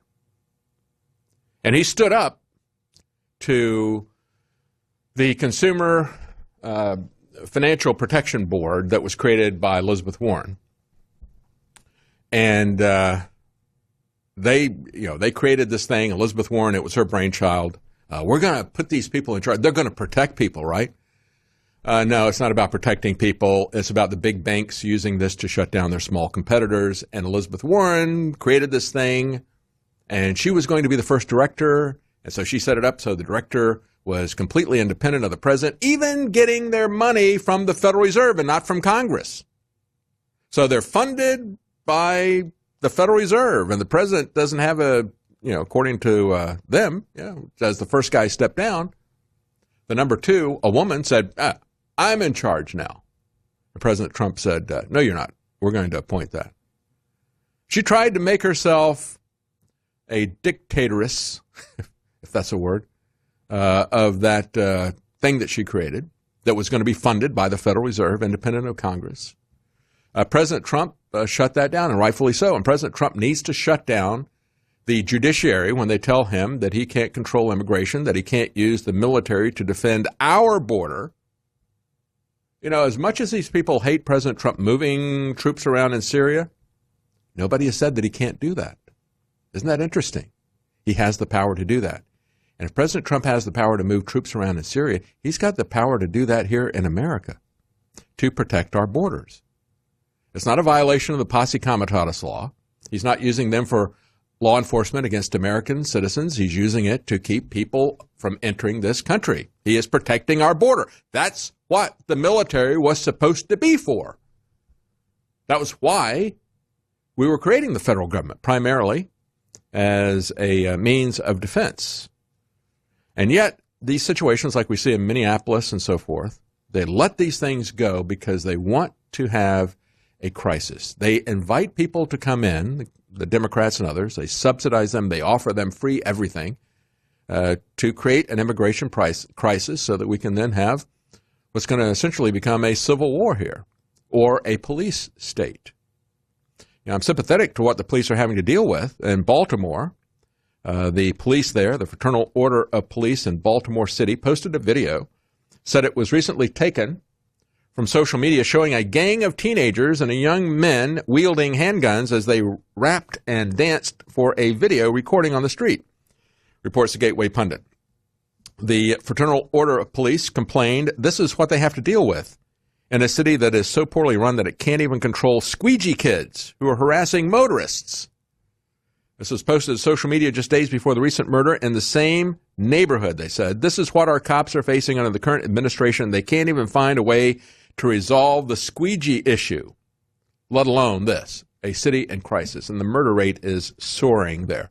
They want a crisis because that can always be used as a means for further control. And, of course, California wants a crisis as well. That's what's going on here with this blackout. You look at what's happening with California and the power blackout. I mean, is that gross incompetence? Well, yes. Is it bad policy? Yes. Misguided policy? Yes. But is it also moving the Overton window so that people get used to the kinds of blackouts that they're imposing? Just get used to it. It's going to be happening for a long time, they're telling everybody. Yeah, get used to it because this is your UN 2030 agenda future, where the government controls you, where they force you through austerity, through, well, we just made some mistakes here, now you are poor. You don't have anything to do with it. You're living in a third world. Just get used to it. Just get used to it. They'll get used to it. They will. They really will. We'll have more to talk about with that, and we'll talk about these impeachment inquiry rules, quote unquote, when we come back. Stay with us. Every time the wind blows, California will become Venezuela. I really liked that tweet. That was Zero Hedge saying that, talking about the millions of people that are now going to have their power cut off. As many as 2.5 million now are saying they're not going to have any power for days. Get used to it. It's going to happen all the time. They're moving the Overton window here. It's part of Agenda 2030. They've got an agenda of austerity and slavery, and they have a time frame that they're going to bring this in, and this is just preparing people to live that way. They had more than 1,000 firefighters battling this 658-acre Getty fire yesterday. Winds of up to 70 miles per hour as of last night. They only had it 5% contained. Why is this happening here? Well, as What's Up With That points out, California Democrats have wasted billions on useless climate alarmist schemes while the state burns uncontrollably. And what are these schemes? They're called renewable mandates, state renewable mandates. And I was working with a group, again, about 10 years ago. Like I said, I did the the video voluntarily for the UN, for the parental rights group, talking about the UN's agenda to push children's rights as being superior to parental rights. That's a way to remove and separate the children from the authority of the parents and put them under the authority of the state. And it's been enacted in this country repeatedly by the judiciary. We never agreed to that treaty. We're the only nation that didn't, but that's okay because we have an entire judiciary that doesn't pay any attention to the Constitution anymore. There is no controlling legal authority on them because we have everybody from the president on down to the local school board who refuse to stand up to the judges and say, we swore to uphold the Constitution just like you did, and we're not going to let you overthrow it. We're not going to let you define life. We're not going to let you define marriage. We're not going to let you tell us what we can and cannot say in the public square, how we can practice our religion and so forth. We're not going to do that. You don't have the authority to make us do that. You've made your decision. Let's see you enforce it, as Andrew Jackson said to the Supreme Court once upon a time. And, Andrew Jackson was wrong. It was about removing the Cherokee. But he was right about the fact that they had no authority. And we better get back to the separation of powers. Nevertheless, as I said, I was talking about this 10 years ago as part of a group I was doing work for.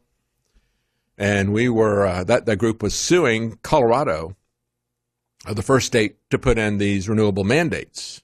And we said at the time, this is what's going to happen.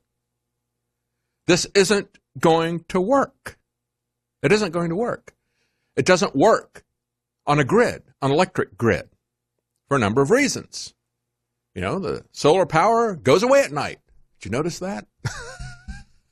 Newsflash. Have you noticed how the wind doesn't blow at a steady state? Oh, that's okay. We'll put them over a really big area. Well, they did that. They did that in the North Sea. They said, we're getting these peaks and valleys, so let's put them over a much larger area. You know what they got? Bigger peaks and valleys. How do you smooth those out? Well, you start cycling your traditional power plants up and down. It's like driving through the city. Stop, go, stop, go. What's that do to the emissions, to your fuel economy and so forth? You have to have, here's the difference, folks. On an individual basis, sure, you want to invest the money on solar power and the batteries, that's the key thing. That's the expensive thing. The batteries, that's the key issue.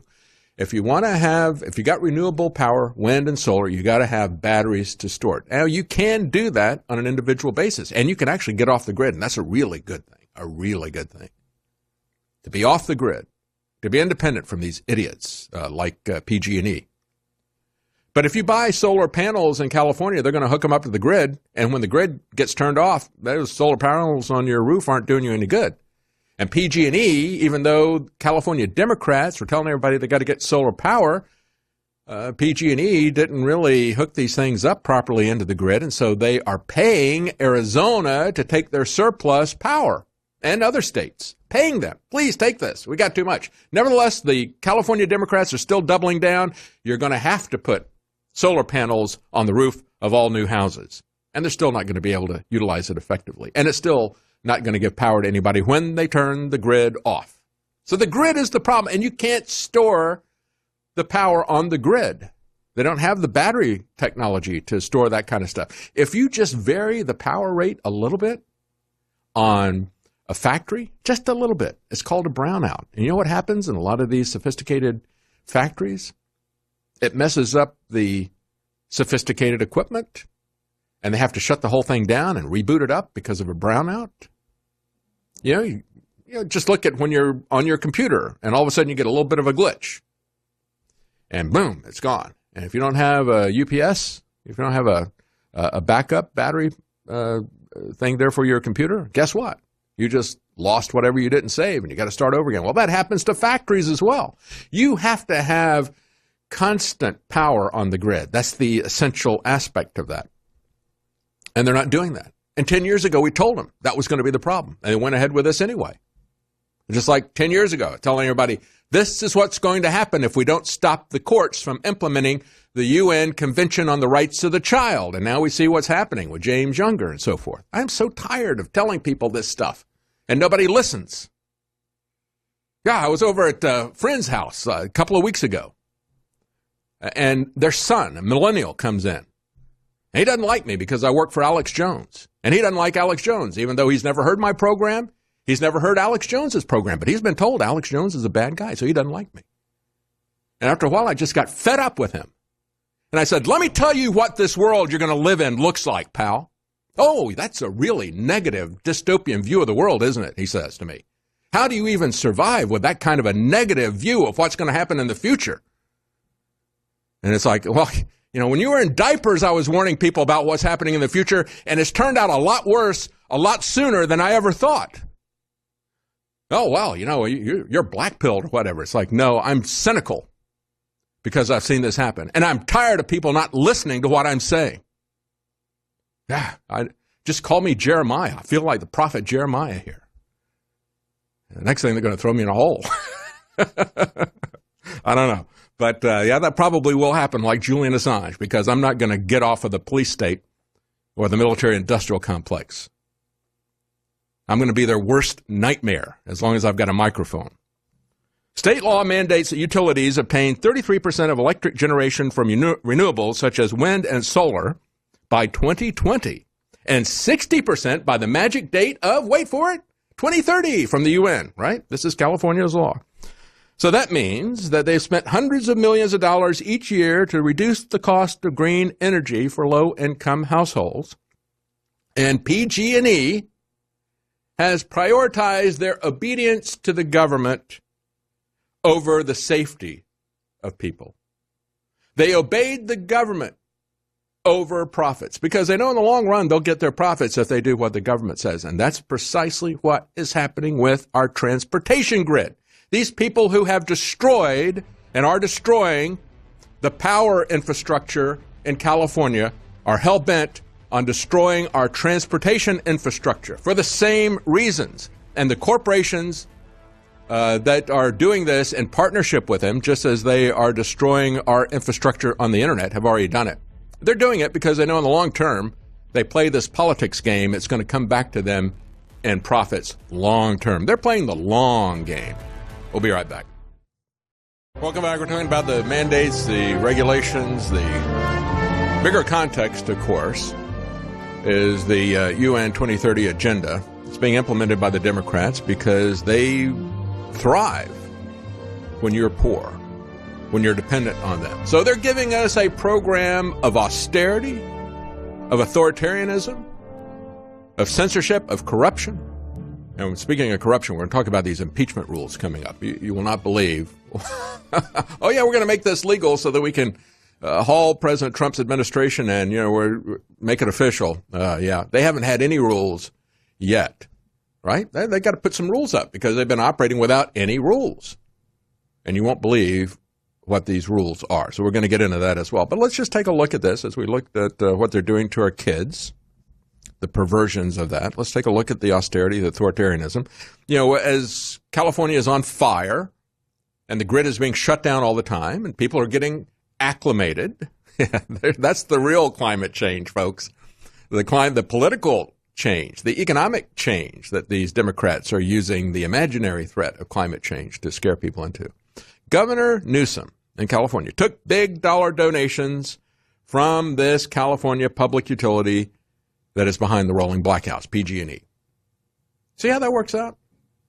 Yeah, you know, they just, you pay to do business there, and then they do what the governor says. You know, they give him the money, and then they follow the orders, and they know that they're protected even if the place burns down and they can't provide power and they go bankrupt and everything else. Newsom and his allies took $208,400 from Pacific Gas and Electric, PG&E. It's crony capitalism. And they're about to do the same thing to our transportation infrastructure. The Democrats out in California have been pushing this corporate average fuel economy, the CAFE standards, right? Pushing it to absurd heights, just like they pushed to destroy the power grid. They pushed these renewable energy mandates. Now they're pushing the corporate average fuel economy mandates, all done to protect the environment, of course. All these things, right? To protect the environment from you. And now we have Chuckie Schumer joining in this. I've been talking about this for the last 3 days. The fact that Chuckie Schumer says, vote for Democrats, and if we get a majority in the Senate, we're going to push through a $462 billion subsidy to get people to throw away their gasoline and diesel cars and get electric vehicles. And we're going to give big subsidies to the electric vehicle car companies as well. And so you've got this divide. President Trump, when he came into office, California was given a number of years ago the ability to set the corporate average fuel economy levels and so forth, to set that to whatever they wanted. And they set it up to a ridiculously high level, a level that is so high that even if they don't outright ban gasoline cars, they'll be prohibitively expensive if they can even make them, right? They're going to be extremely expensive. They're not going to be cars that you want to have. And so President Trump came in and said, no, we're going to take that special power away from California, and we're going to set the limits in Washington. And, of course, Obama's EPA in Washington agreed with California. They were going to go along with this and push it along. So President Trump said, no, we're going to lower those corporate average fuel economy levels, and we're not going to give California the ability to control what everybody else in the country drives, because they're such a big market that if they set that for their own state and set it really high, then the car manufacturers are going to build to that standard, and we will all have to buy ridiculously expensive cars with bags on the side, colostomy bags inside and outside of the car. And so that created a fight between Trump and California. And as I reported earlier this week, we also now have a division within the different car companies. Honda and Ford are siding with California. And you have GM, Toyota, and Fiat Chrysler siding with President Trump, saying we don't want to don't want to destroy all gasoline engine cars. Well, that's a good thing. That's a good thing. And there's also a global organization of auto manufacturers that are also siding with President Trump.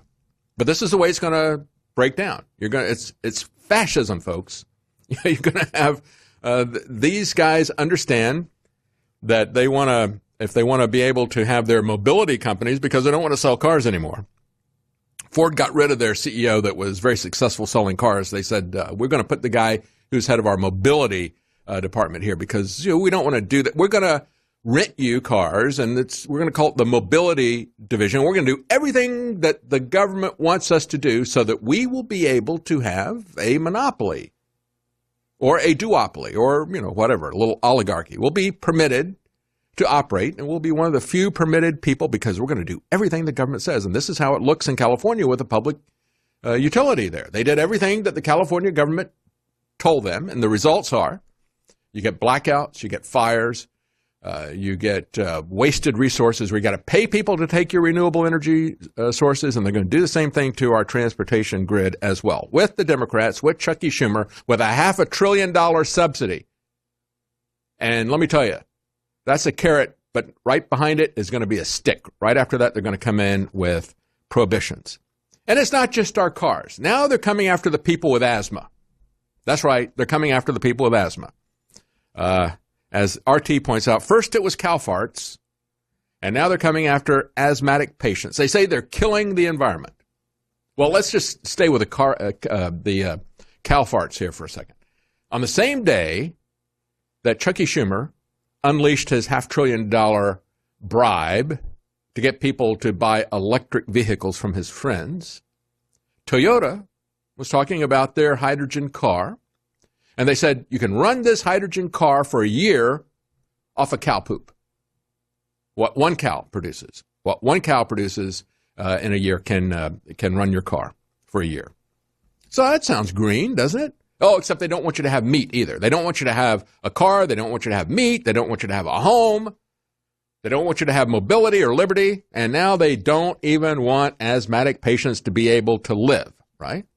Asthmatic patients are killing the environment. So what do we do? Well, let's kill the asthmatic patients. Let's withhold their asthma medication. That's not an exaggeration. I had a cousin who died from asthma. My dad suffered from it his entire life.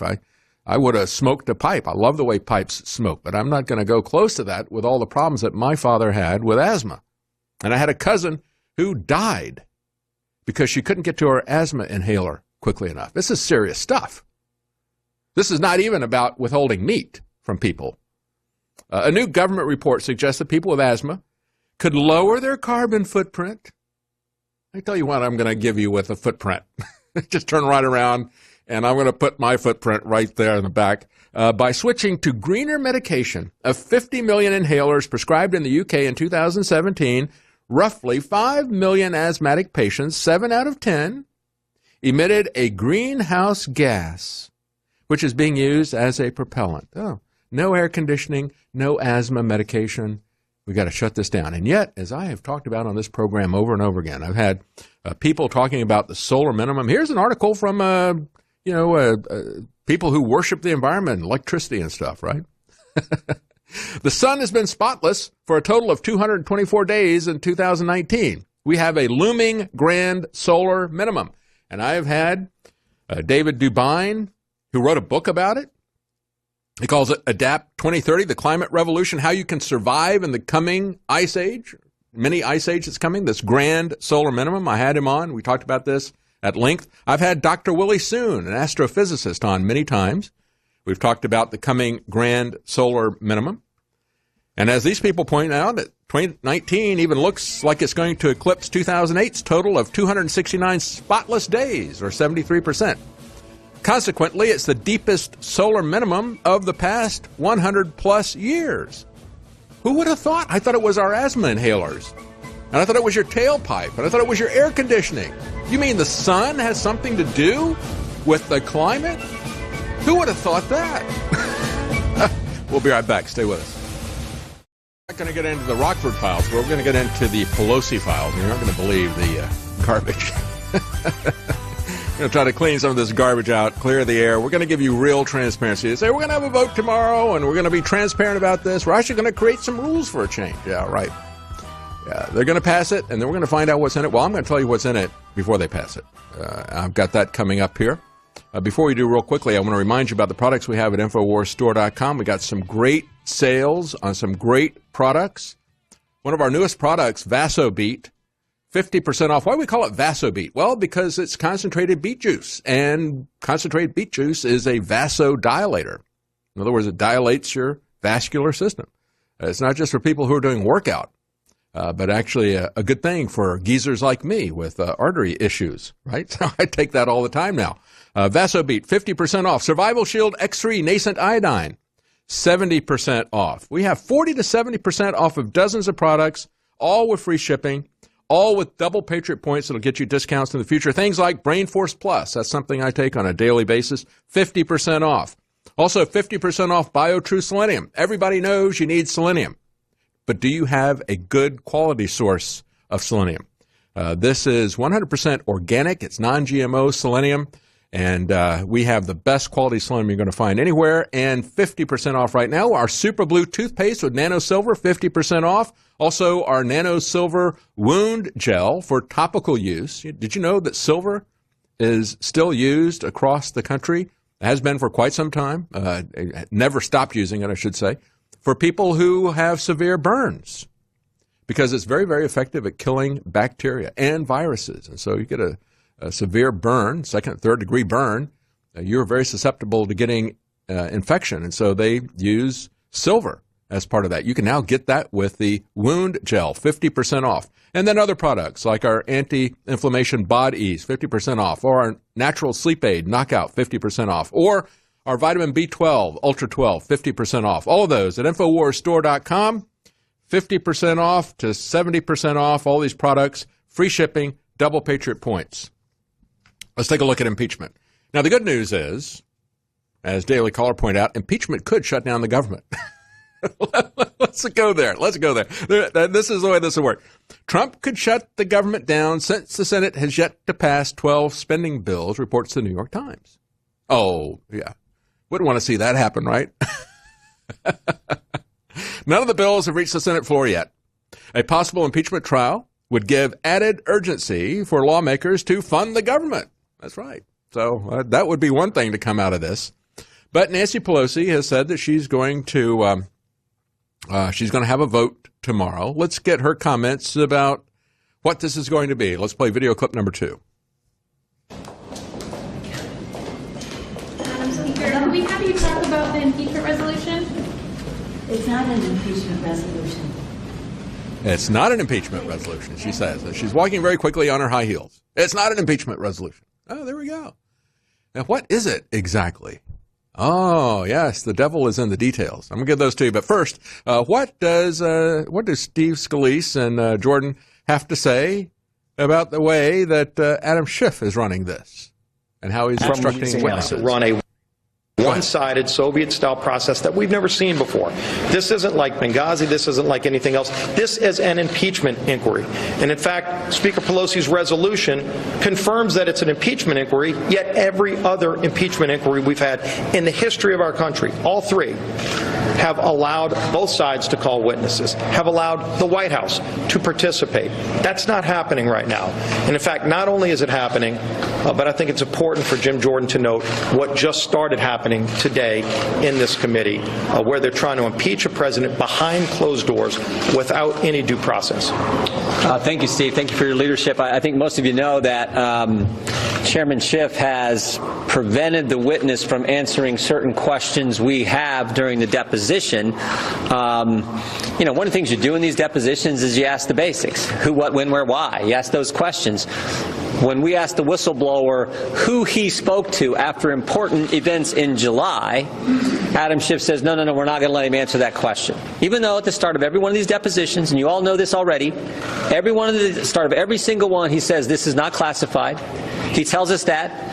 The witness has their counsel there, their lawyer there. They don't need Adam Schiff being chairman and lawyer. But that's in effect what happened today, and he would not let the witness. And look, the Democrats run out here and say, oh, the Republicans are trying to figure out who the whistleblower is. We're trying to figure out who a witness list is. The resolution that the Speaker has just filed, at some point she points this out in the resolution, this is going to go to the Judiciary Committee. If, in fact, they push it there will be witnesses called. We'd like to figure out who those witnesses should be so the American people can get the facts, get the truth, and we know who these individuals are. So that it seems interesting to me that Chairman Schiff is so sensitive. In the interest of time, because we're going to run out of program here, let's cut this off here, and I'm going to give you what's coming up. And again, you heard her say this is not an impeachment resolution. It's a resolution, but it's not impeachment, because the impeachment is an inquiry.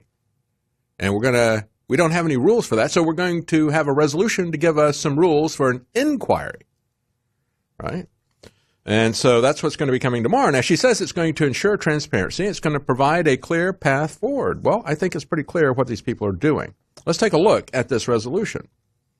Courtesy of Conservative Treehouse, it goes through this in a great deal of detail. The House impeachment resolution blocks President Trump's lawyers from participating until the whole thing is finished and they hand it off to the Judiciary Committee to do the formal impeachment. So the president is still blocked from doing this, right? It's going to be a public spectacle. It's a pageant. Just like the wag the dog stuff. It is a pageant. It's a Democrat-controlled pageant. It's orchestrated. And here's the summary of this by the Conservative Treehouse. The executive branch will not be permitted to participate in the hearing. President Trump's lawyers will not be permitted to do any questioning of witnesses in the open hearing. Ranking member Devin Nunes of the House Intelligence Committee, may have subpoena power subject to pre-approval by Adam Schiff, who's the chairman. But he's got to make his requests in writing to Schiff, and Schiff is not mandated to approve those requests. See how this works? And then it's not only the subpoenas, but it's also even requesting witnesses. You want to call a witness, Devin Nunes, even though you are the ranking minority member? Well, you're going to have to ask the chairman, Schiff, if you can call a witness, and you have to do that in writing, and he doesn't have to grant that to you at all. He can say no. Then we take a look at how this dog and pony show is going to work. Schiff and Nunes, the chairman and the ranking member, will have 90 minutes to question witnesses before the committee. And then all the rest of the committee members, and remember, this is an assembly that is being put together of 3 committees. They're bringing 3 committees together here. So there's going to be a lot of people, and each of them will also have 5 minutes. Oh, we can generate a lot of airtime, can't we, with that? And the chairman, as part of his 90 minutes, can allow legal staff to question witnesses. So this is going to be a legal deposition here of these people. And the chair is authorized to make all these depositions public. That way, Adam Schiff can't be accused of being a leaker because he's already given himself authorization in advance to leak everything out to everybody, right? And on completion of the hearing, Adam Schiff will write a report to the judiciary, that'll be his co-conspirator Nadler, to instruct him about the findings. And he can dissent from any minority opinion therein. So he can completely ignore it. How does that work out for you? Well, it works out for them because, again, they are going to straddle this. Nancy Pelosi, it's not impeachment, it's an inquiry. It's not an impeachment resolution, it's a resolution. We're going to get some rules here because we haven't had any rules. The one person who is pulling this back has said, Steny Hoyer, says he's not going to commit to a floor vote on impeachment proceedings. He's a little bit more level-headed than Nancy Pelosi. She's had a lot of pressure from the Sisterhood of Traveling Burkas, the Quad Squad, to do this, and from the radical left. Steny Hoyer is a little bit more in tune as to how this is going to damage the Democrats. And, it'll be kind of interesting to see how this goes forward. But as Roger Stone has pointed out, the Senate could impeach President Trump because only 7 senators have ruled it out. Only 7 senators have said there's nothing here. How could they not rule this out? I mean, President Trump declassified the phone call, and he declassified the complaint, and you could see that the complaint was hearsay. You could see that the complaint, even in its timeline, undermined their whole basis of their complaint, that President Trump was twisting arms to make this happen. They'd already started it. And as Rand Paul geniusly pointed out, why do we do foreign policy anyway without quid pro quo? I thought all of our foreign aid had a quid pro quo in it. That's it.